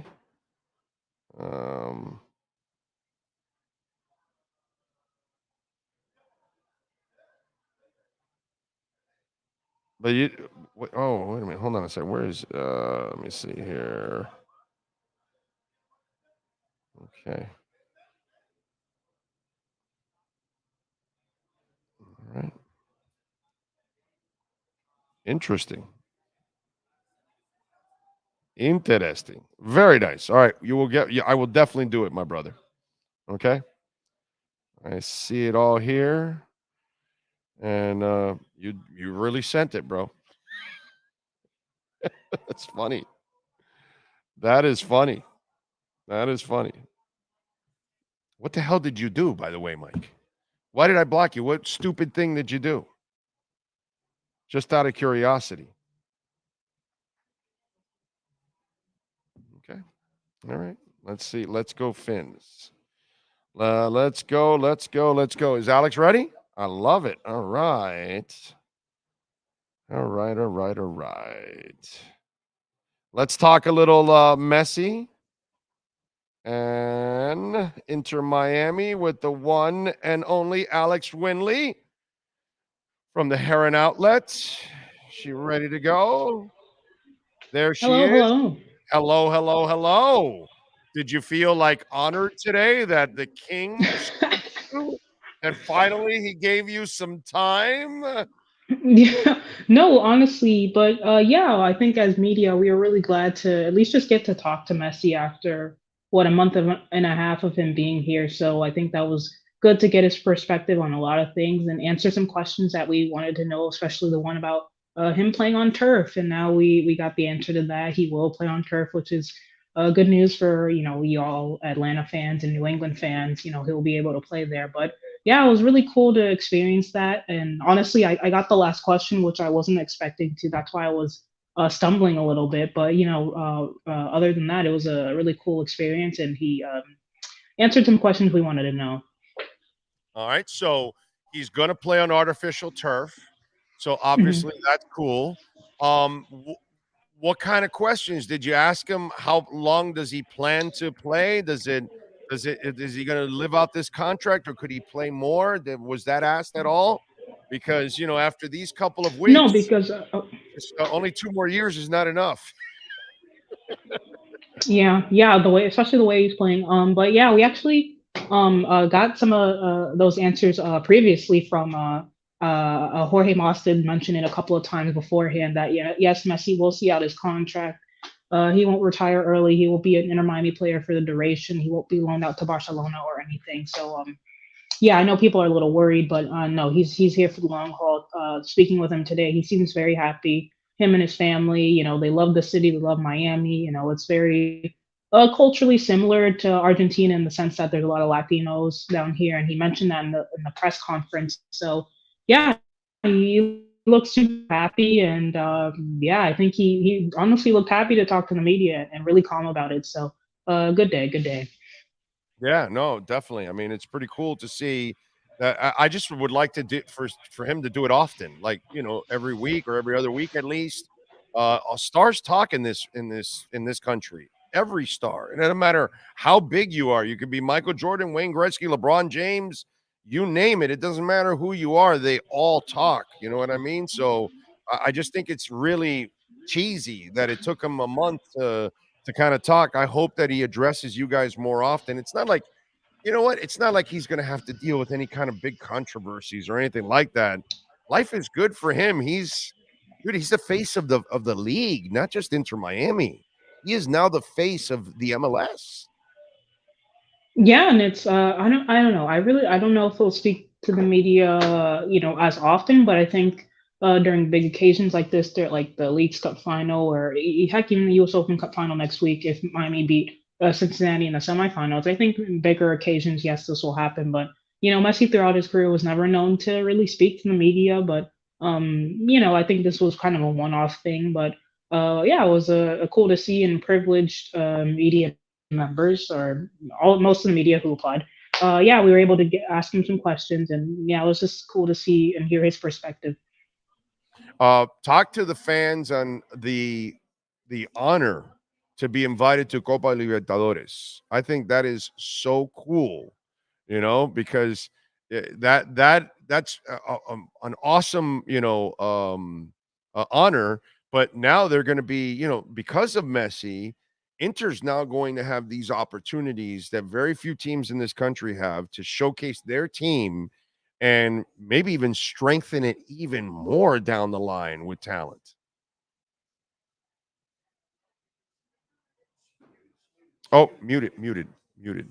Oh, my apologies. I think this iteration of Miami and the current Copa Libertadores would, I think MLS rules need to expand a little bit more for the rosters to be a little bit more fleshed out for that to happen, because I just see Miami going away to like a Palmeiras or a Boca River and not, just because of the money gap between the two leagues. I think it won't end well for them. But I think next season, if we get those expanded roster rules that people keep alluding to, but maybe not even happen, yeah, maybe it'll benefit Miami. But yeah, it'll be a cool experience to experience that different football and culture in South America, and to bring that to MLS and a wider American audience. I think that'll be really cool. Alex, what do you know about any rules changes? Because obviously, I know Jorge Mas wants to have the best possible team out there, but the league has to see the impact that Messi's making, the money that he's bringing in, whatever city he's going to go to, he's going to pack your stadium. We just saw Philadelphia had their highest attendance ever, and that's going to happen. And so, if you're owners around the league, how do you not say, well, you know what, maybe it's time for us to start buying some of these stars around, around football in the world and bring them here so we can take the MLS to the next level. So what are you hearing about rule changes around the league so far? Yeah, I think the Athletic came out with a really good article about how these rule changes will probably happen incrementally. I know Philadelphia coach Jim Curtin mentioned that he does want those rules to open up a little bit. I'm sure other GMs around the league will say the same thing, but I do believe, I haven't heard anything that's concrete, but I do believe that the rules will change sooner rather than later. With Messi coming in, I don't know if you saw, but Antoine Griezmann, who's a sort of like an American at heart, he expressed his interest to play in MLS, and he's a big time European player, World Cup winner, currently with Atletico Madrid. So that would be cool to see him go to MLS, whether it's with a New York team or LAFC or wherever. But I think it'll be really cool to see that. But yeah, I think the league, it'll happen incrementally and maybe not all at once next season. But I do think, personally, this is just my feeling, I do think something will happen early 2024. Just something. I don't know if it's going to be huge, but I think some roster rules will kind of change a little bit. I know that the allocation money, I think it is going to how do I explain, like, the allocation money, it's going to like increase by another $1 million. So but that's like built into the CBA. So yeah, I have nothing concrete, but I do think that the league will definitely be moving some things. Yeah. And by the way, Miami also gets some money back next year because they get some space back, right? Because their fines and their penalties end this season, so they'll have a little bit more allocation money, right? Yes, the sanctions will be done, and they'll have all of their allocation money to spend. Unlike the net last 2 seasons, they were kind of hamstrung, but Chris Henderson did a good job at moving players around and freeing up some of that money. So I think the team will be good to go on next season. Even better. Are you impressed with some of these young guys that they're coming along a little faster now? When you have that other talent on the field, the super talent, and the vision that these guys have, it's making life easy for them. But I thought that the final goal the other night in Philadelphia, where Messi just made the first pass to initially start the play, but everybody else really created and finished that play with a young guy finishing it. And I thought that's a great example of the influence that Messi and Busquets have had, that now we're watching. I mean, Alex, man, passing was like a rarity for Inter Miami. They didn't have people that would set each other up and all that kind of stuff. But hell, you and I have talked about it, how you had to have one guy that was on the outside become your point guard a couple of years ago. You didn't really have playmakers. Now you have several guys that can help set everybody else up, and it's become kind of like an infectious thing on the team. Yeah, and that's the Messi effect. And Busquets and Jordi Alba, they draw in defenders, and then guys like Robert Taylor, David Luiz, Yedlin, heck, even Joseph Martinez will benefit from the attention that those three are bringing in, and it's cool to see the homegrowns show up and play well. Not many MLS teams, bar like Philadelphia and a couple of other teams like Dallas, they have a good academy. Miami, they're starting to get up there with their players now, and it's cool to see, covering them from Inter Miami CF2, the academy, Inter Miami CF2 now with the first team. Yeah, it's super rewarding, and now they're playing next to Messi, and their stock is going up because they're playing next to guys like Busquets, Messi, Alba. Benha Kramaski a couple months ago, he had Bundesliga scouts watching him, and I can't imagine now what his agent's going through now that he's playing well and assisting and starting over some well-known guys like Diego Gomez, who came in on big money, and now Ben Hakramaski is starting over him. So really rewarding to see it. Hopefully, that trajectory for Miami's academy continues. I doubt he disses anything, but somebody's asking, and I doubt he answered this, and I don't think he would ever answer this, even if it was true or not. But did somebody ask him if he's enjoying Miami more than Barcelona? Oh no, but he did mention that he's enjoying Miami more than Paris. He explicitly said that. Yeah, he did. Wow. He said the move from he did the move from Barca to Paris was difficult for him and his family, and the way he's speaking about Miami, I'm just assuming that he's spoken about Miami in such like flying colors, and he loves it here, him and his family, and they're really enjoying it. Like he spoke about it multiple times, albeit he was asked about it multiple times, but he doubled down on it, and yeah, he's just enjoying his time. He looked relaxed, and he laughed at my question because I was stumbling over my words, but like he was just super chill about it, and yeah, him and his family are just enjoying the life down here. Did you guys ask him how he's made it look so easy? I wonder how he would, because how does he answer that? But because he has made it look. We saw Chicharito like struggle big time to adjust, to the league. Higuain too. And we thought, hey, even Beckham said, hey, you got to give him some time and all that, because Beckham knows he's been part of this. He's seen other guys come from other leagues, and it's kind of, even though they're not the Bundesliga and they're not Serie A and they're not the Premiership, and I get all of that, but it's still a league that you have to adjust to. Man, there's been no adjustment. So did you guys ask him about that? And I wonder how he handled that. Well, I didn't, but people did. They asked about the adaptation period, and he said it was, he's been playing soccer all his life, so it's been a good adaptation for him, and it's a new challenge. But Messi is Messi, and he's going to succeed wherever he goes, and he's showing that in MLS and in Leagues Cup. So yeah, he basically said he is adapting, but off the field, him and his family are super comfortable. He mentioned that his sons are starting school soon. It's back to school, which is crazy. Imagine being a kid and your classmate is the son of Leo Messi. I just think that the visual of that is really funny. But yeah, him and his family are super comfortable. They're looking for a house, and yeah, I think the club made it really easy for the three of them to transition down here into like kind of being locals essentially, and it's showing on the field because they're playing out of their mind right now. Nashville has been a solid team from day freaking one as an expansion team. And I remember when they first came in, and they were just so much better prepared than Miami, and they made Miami look really silly early on. Now Miami's got a really good team, but we got to give Nashville a lot of credit. They're in the finals with Miami. Talk to me about this challenge on Saturday night on the road for Inter Miami. Although we've seen a lot of pink on the road, which has been pretty cool. But and I would imagine we're going to see some pink in Nashville on Saturday. But talk to me about that challenge for Inter Miami. Yeah, it'll definitely be a challenge. I thought the Union game would be a little closer than I expected. Honestly, I thought Philly would play a little bit better, but that first half of the way they set up, it was not. Miami took advantage, but I think Nashville, they won't do that. I think they will play their game. They're a very strong defensive team. I think they'll run the offense through Hani Mukhtar and their number 9.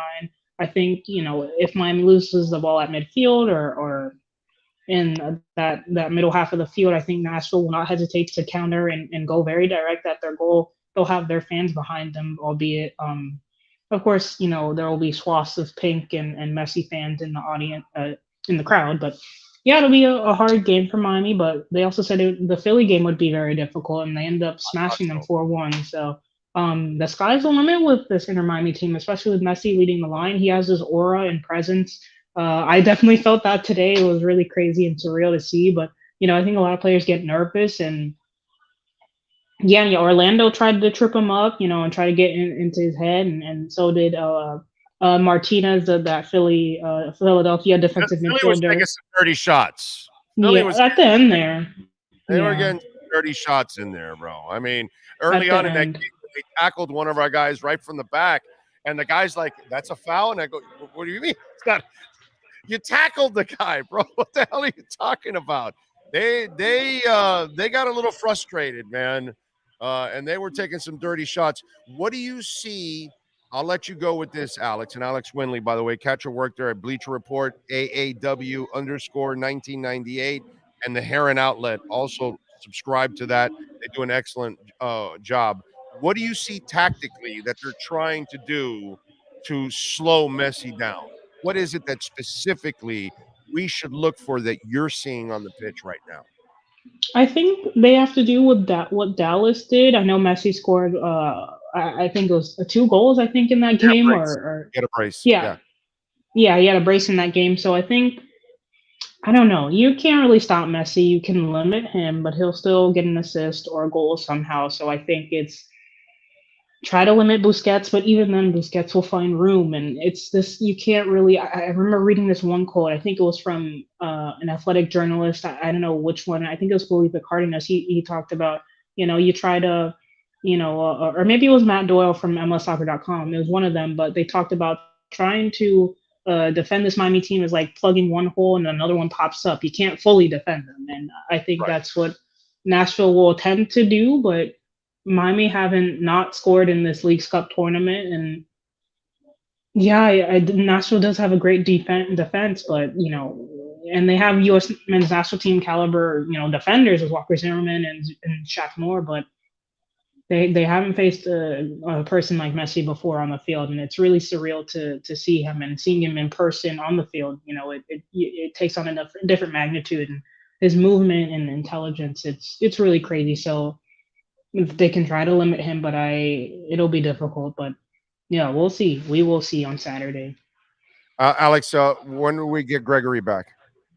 Oh, that's a good question. He's been a little quiet on social media, but I think he'll be back around the same time as Jean Mata, who is back in training. And I don't know when exactly, but I feel like it will be before the end of the season, maybe in an MLS game, but. He'll be back before the season. I know he's definitely almost fully healed now. There you go. Follow her on Twitter, AAW_1998. Catch her at the Heron Outlet and also Bleacher Report. Alex, as always, great insight. Appreciate it. Thank you for joining us. Thank you for having me on. I apologize I couldn't find good Wi-Fi, but thanks for having me on. It was great. It was fantastic. I appreciate you. Thank you for making the effort. Appreciate you. Have a great weekend. I'll see you, Orlando. You got it. Be good. There you go. Alex Winley, who does an excellent job for the Heron Outlet, for the Bleacher Report, covering Inter Miami. She knows her stuff, man. She's good. Really good. All right. Let's see. What do we have going on? When sports and business collide, we like doing something called the KSDT CPA, Sports Business Report.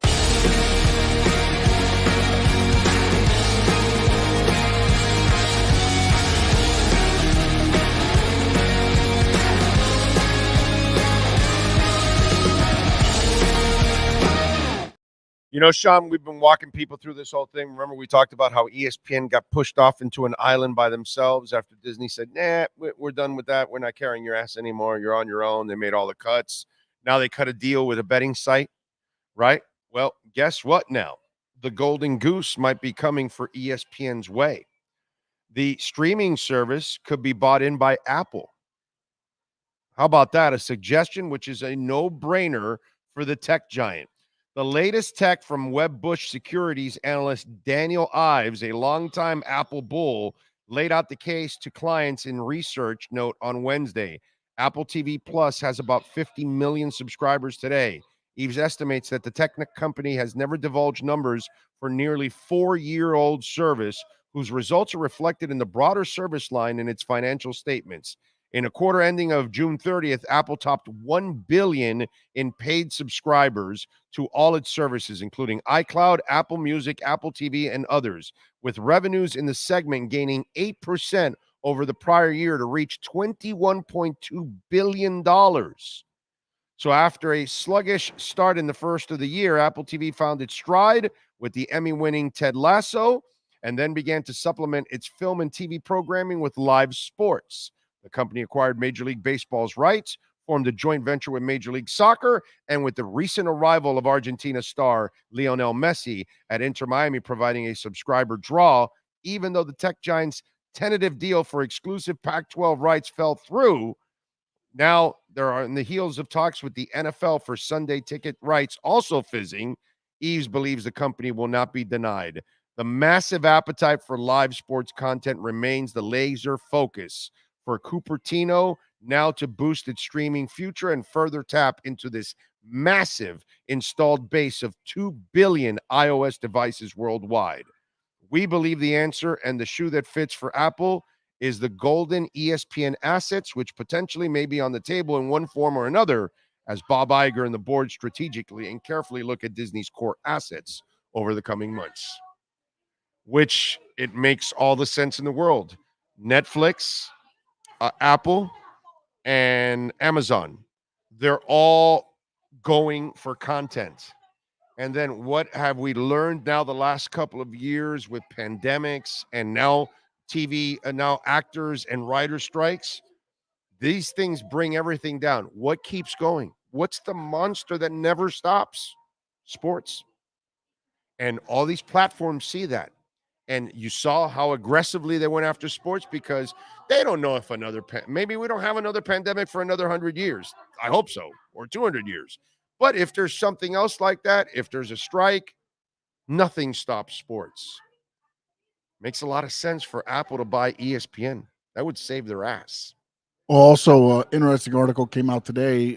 ESPN might be in on talks to get rights for WWE programming. Well, yeah, they said that they were going to possibly, remember, I read that story too, that they were going to team up with pro leagues, which, by the way, wrestling doesn't as matter as much, but you team up with NFL or Major League Baseball or whatever, you'll never be able to be objective again. No, yeah, but see, I don't think ESPN's going to do that.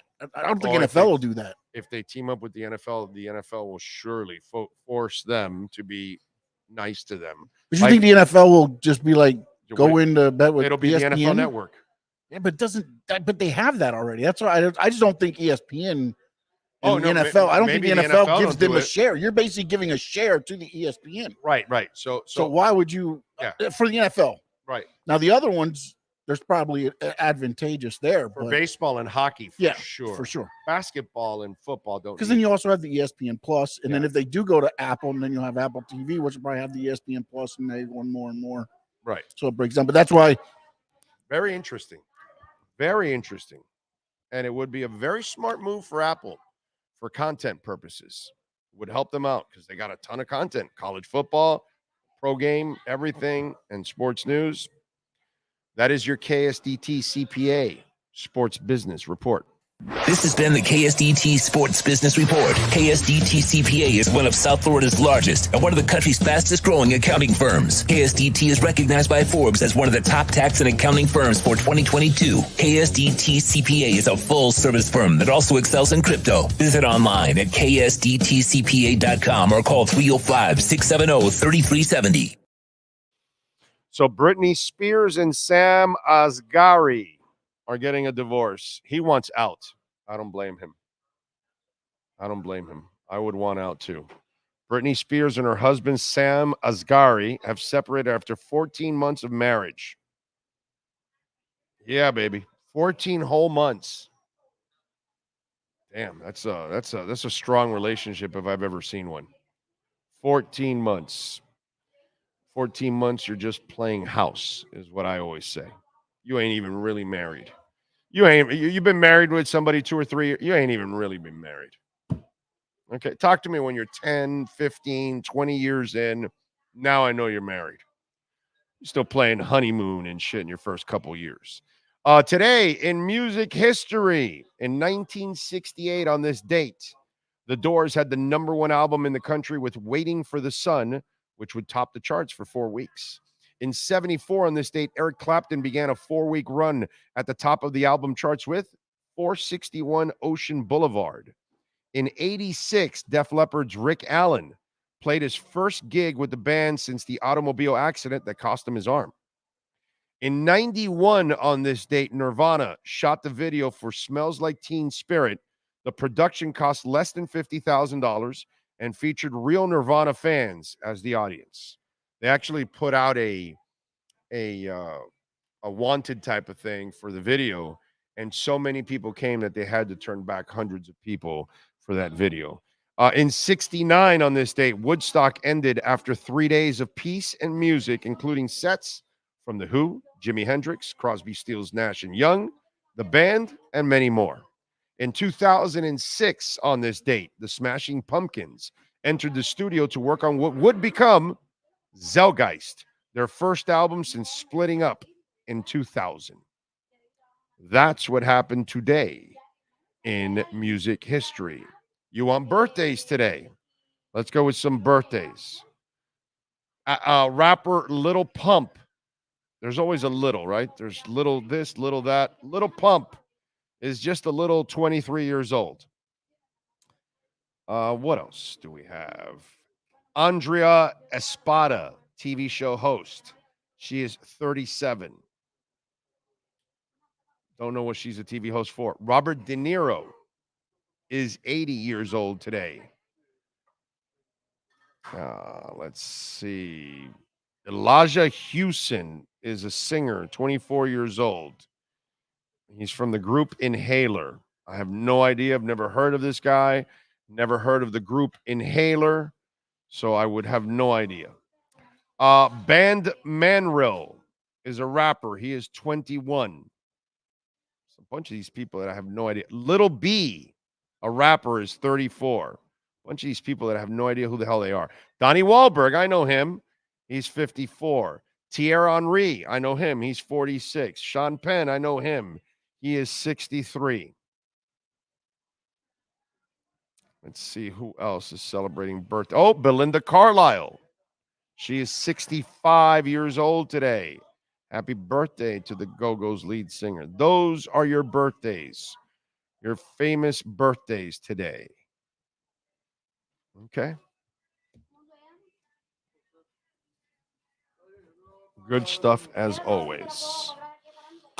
What else do we have? Brandon Peely had the neck injury. We talked to you about Teron Armstead. We talked about that injury already. There's more on our platform. You can go check it out with Marcel, with myself, different segments that are already there on the platform, and you can check it out.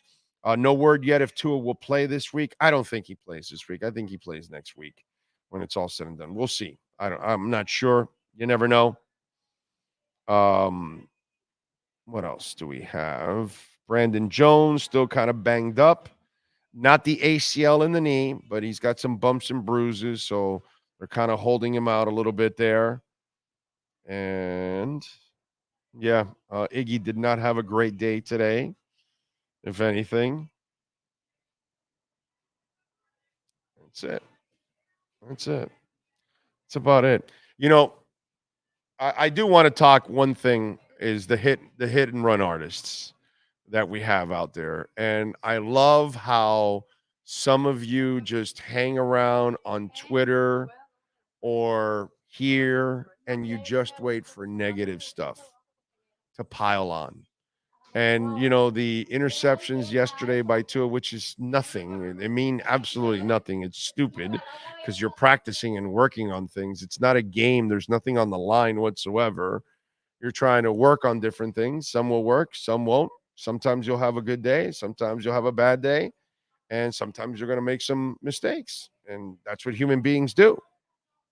But I do find it interesting how there is a group of you that are just sitting there waiting for Teron Armstead to get injured to then want to complain about something, or because the interceptions that mean absolutely nothing, like that's an indicator at all for the season when it's not at all whatsoever. You know what I mean? And again, we kind of go back to Mike Westhoff, right?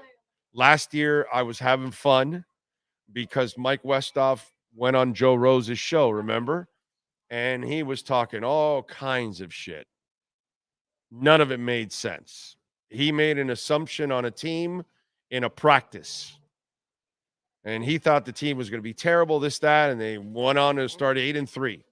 If it wasn't for the injuries derailing the season, it wasn't that they lacked discipline and they weren't a good team or whatever. All the bullshit that Mike Westhoff was inventing. You know what I'm saying? And it just seems to me that there's just people like that in this world that you guys aren't happy if you're not complaining. And there's no objectivity with you whatsoever. You're not ever really talking about positive shit. Ever.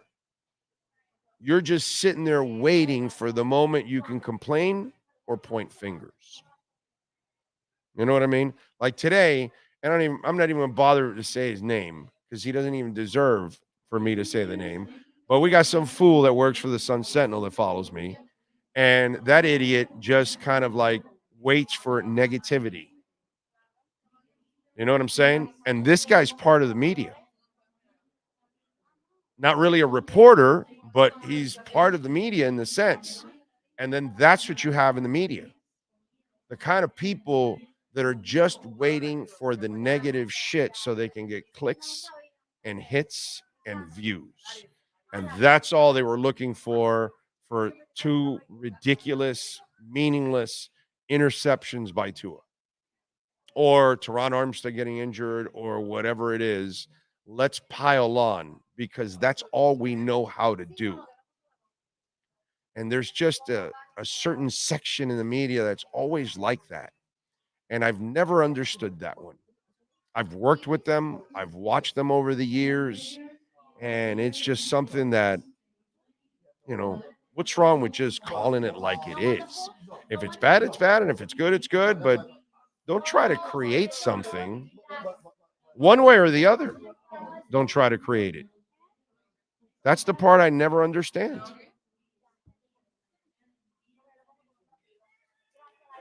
Anyway.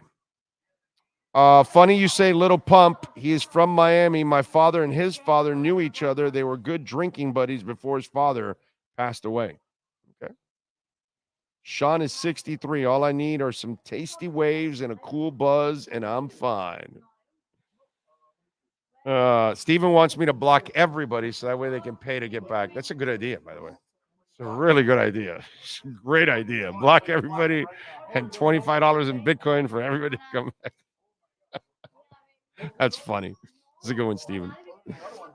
Oh, man. There was another one where it said we should start making this a everyday thing. Like somebody that's blocked, we have to figure out a bail for them, and then they can figure out if they want to get back on the show. Okay. That's a good one. That's a good one. Jay Gelfin says, happy Messi is healthy and Inter Miami will be able to field the same starting lineup on Saturday. Where are you watching the game? I'm planning Dangerous Minds Brewing Company in Pompano. That's a good place. Maybe I'll go with the wife on Saturday over there to go check it out because I'm certainly not going to Guns N' Roses. Unless one of you are going to invite me to Guns N' Roses, because I ain't going to pay that crazy-ass money to go to Guns N' Roses. So I'm not going to Guns N' Roses on Saturday, so maybe I will meet you at Dangerous Minds. That's a good idea, I think. That's what you do for the next person that's blocked. Guns N' Roses tickets. By the way, I missed the pizza at Dangerous Minds. Freaking excellent pizza, dude. Their food is good. They have other stuff too, but I love their pizza. What's that other thing that I used to get? Those breadsticks or pizza sticks or what do they call them there? Those things are delicious. It's their style of cheesy bread like type thing, but dude. it's very thin crusted. It's a little bit different. It's so awesome.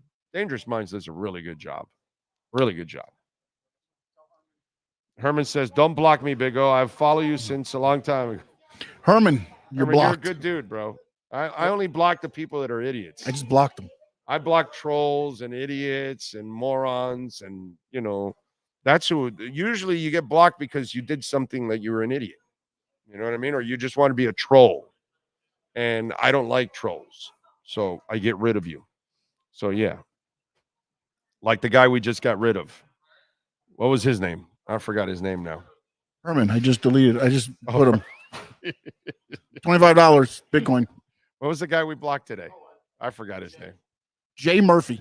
Jay Murphy. There you go. Jay Murphy, $25 Bitcoin, and you can get freedom.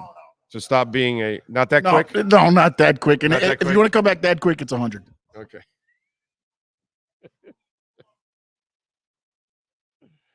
Oh, I love it. I love it. All right, folks. We are wrapping it up here. Appreciate all of you out there as always. Thank you for keeping it locked here. Sean Stanley, as always, the man that masters this entire platform. We will see you tomorrow morning live from KSDT CPA offices in Pompano. I was going to say in Dadeland. We'll be there tomorrow morning at 10 a.m. Remember, folks, subscribe, okay? I don't even know if it's still no. It's in there somewhere, right? Remember, tomorrow we start on Big O Show Radio Cuts, okay? So for those of you that don't have it, here, let me do this right now for you.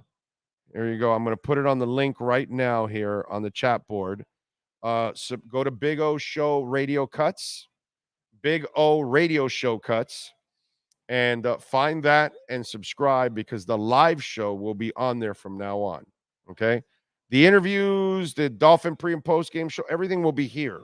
Everything else will be here. All the interviews, everything will be here. But the live show, the daily live show, will be on that sister page. Okay. All right, y'all. You be good out there. We'll see you tomorrow. Same time, same place, different bat channel.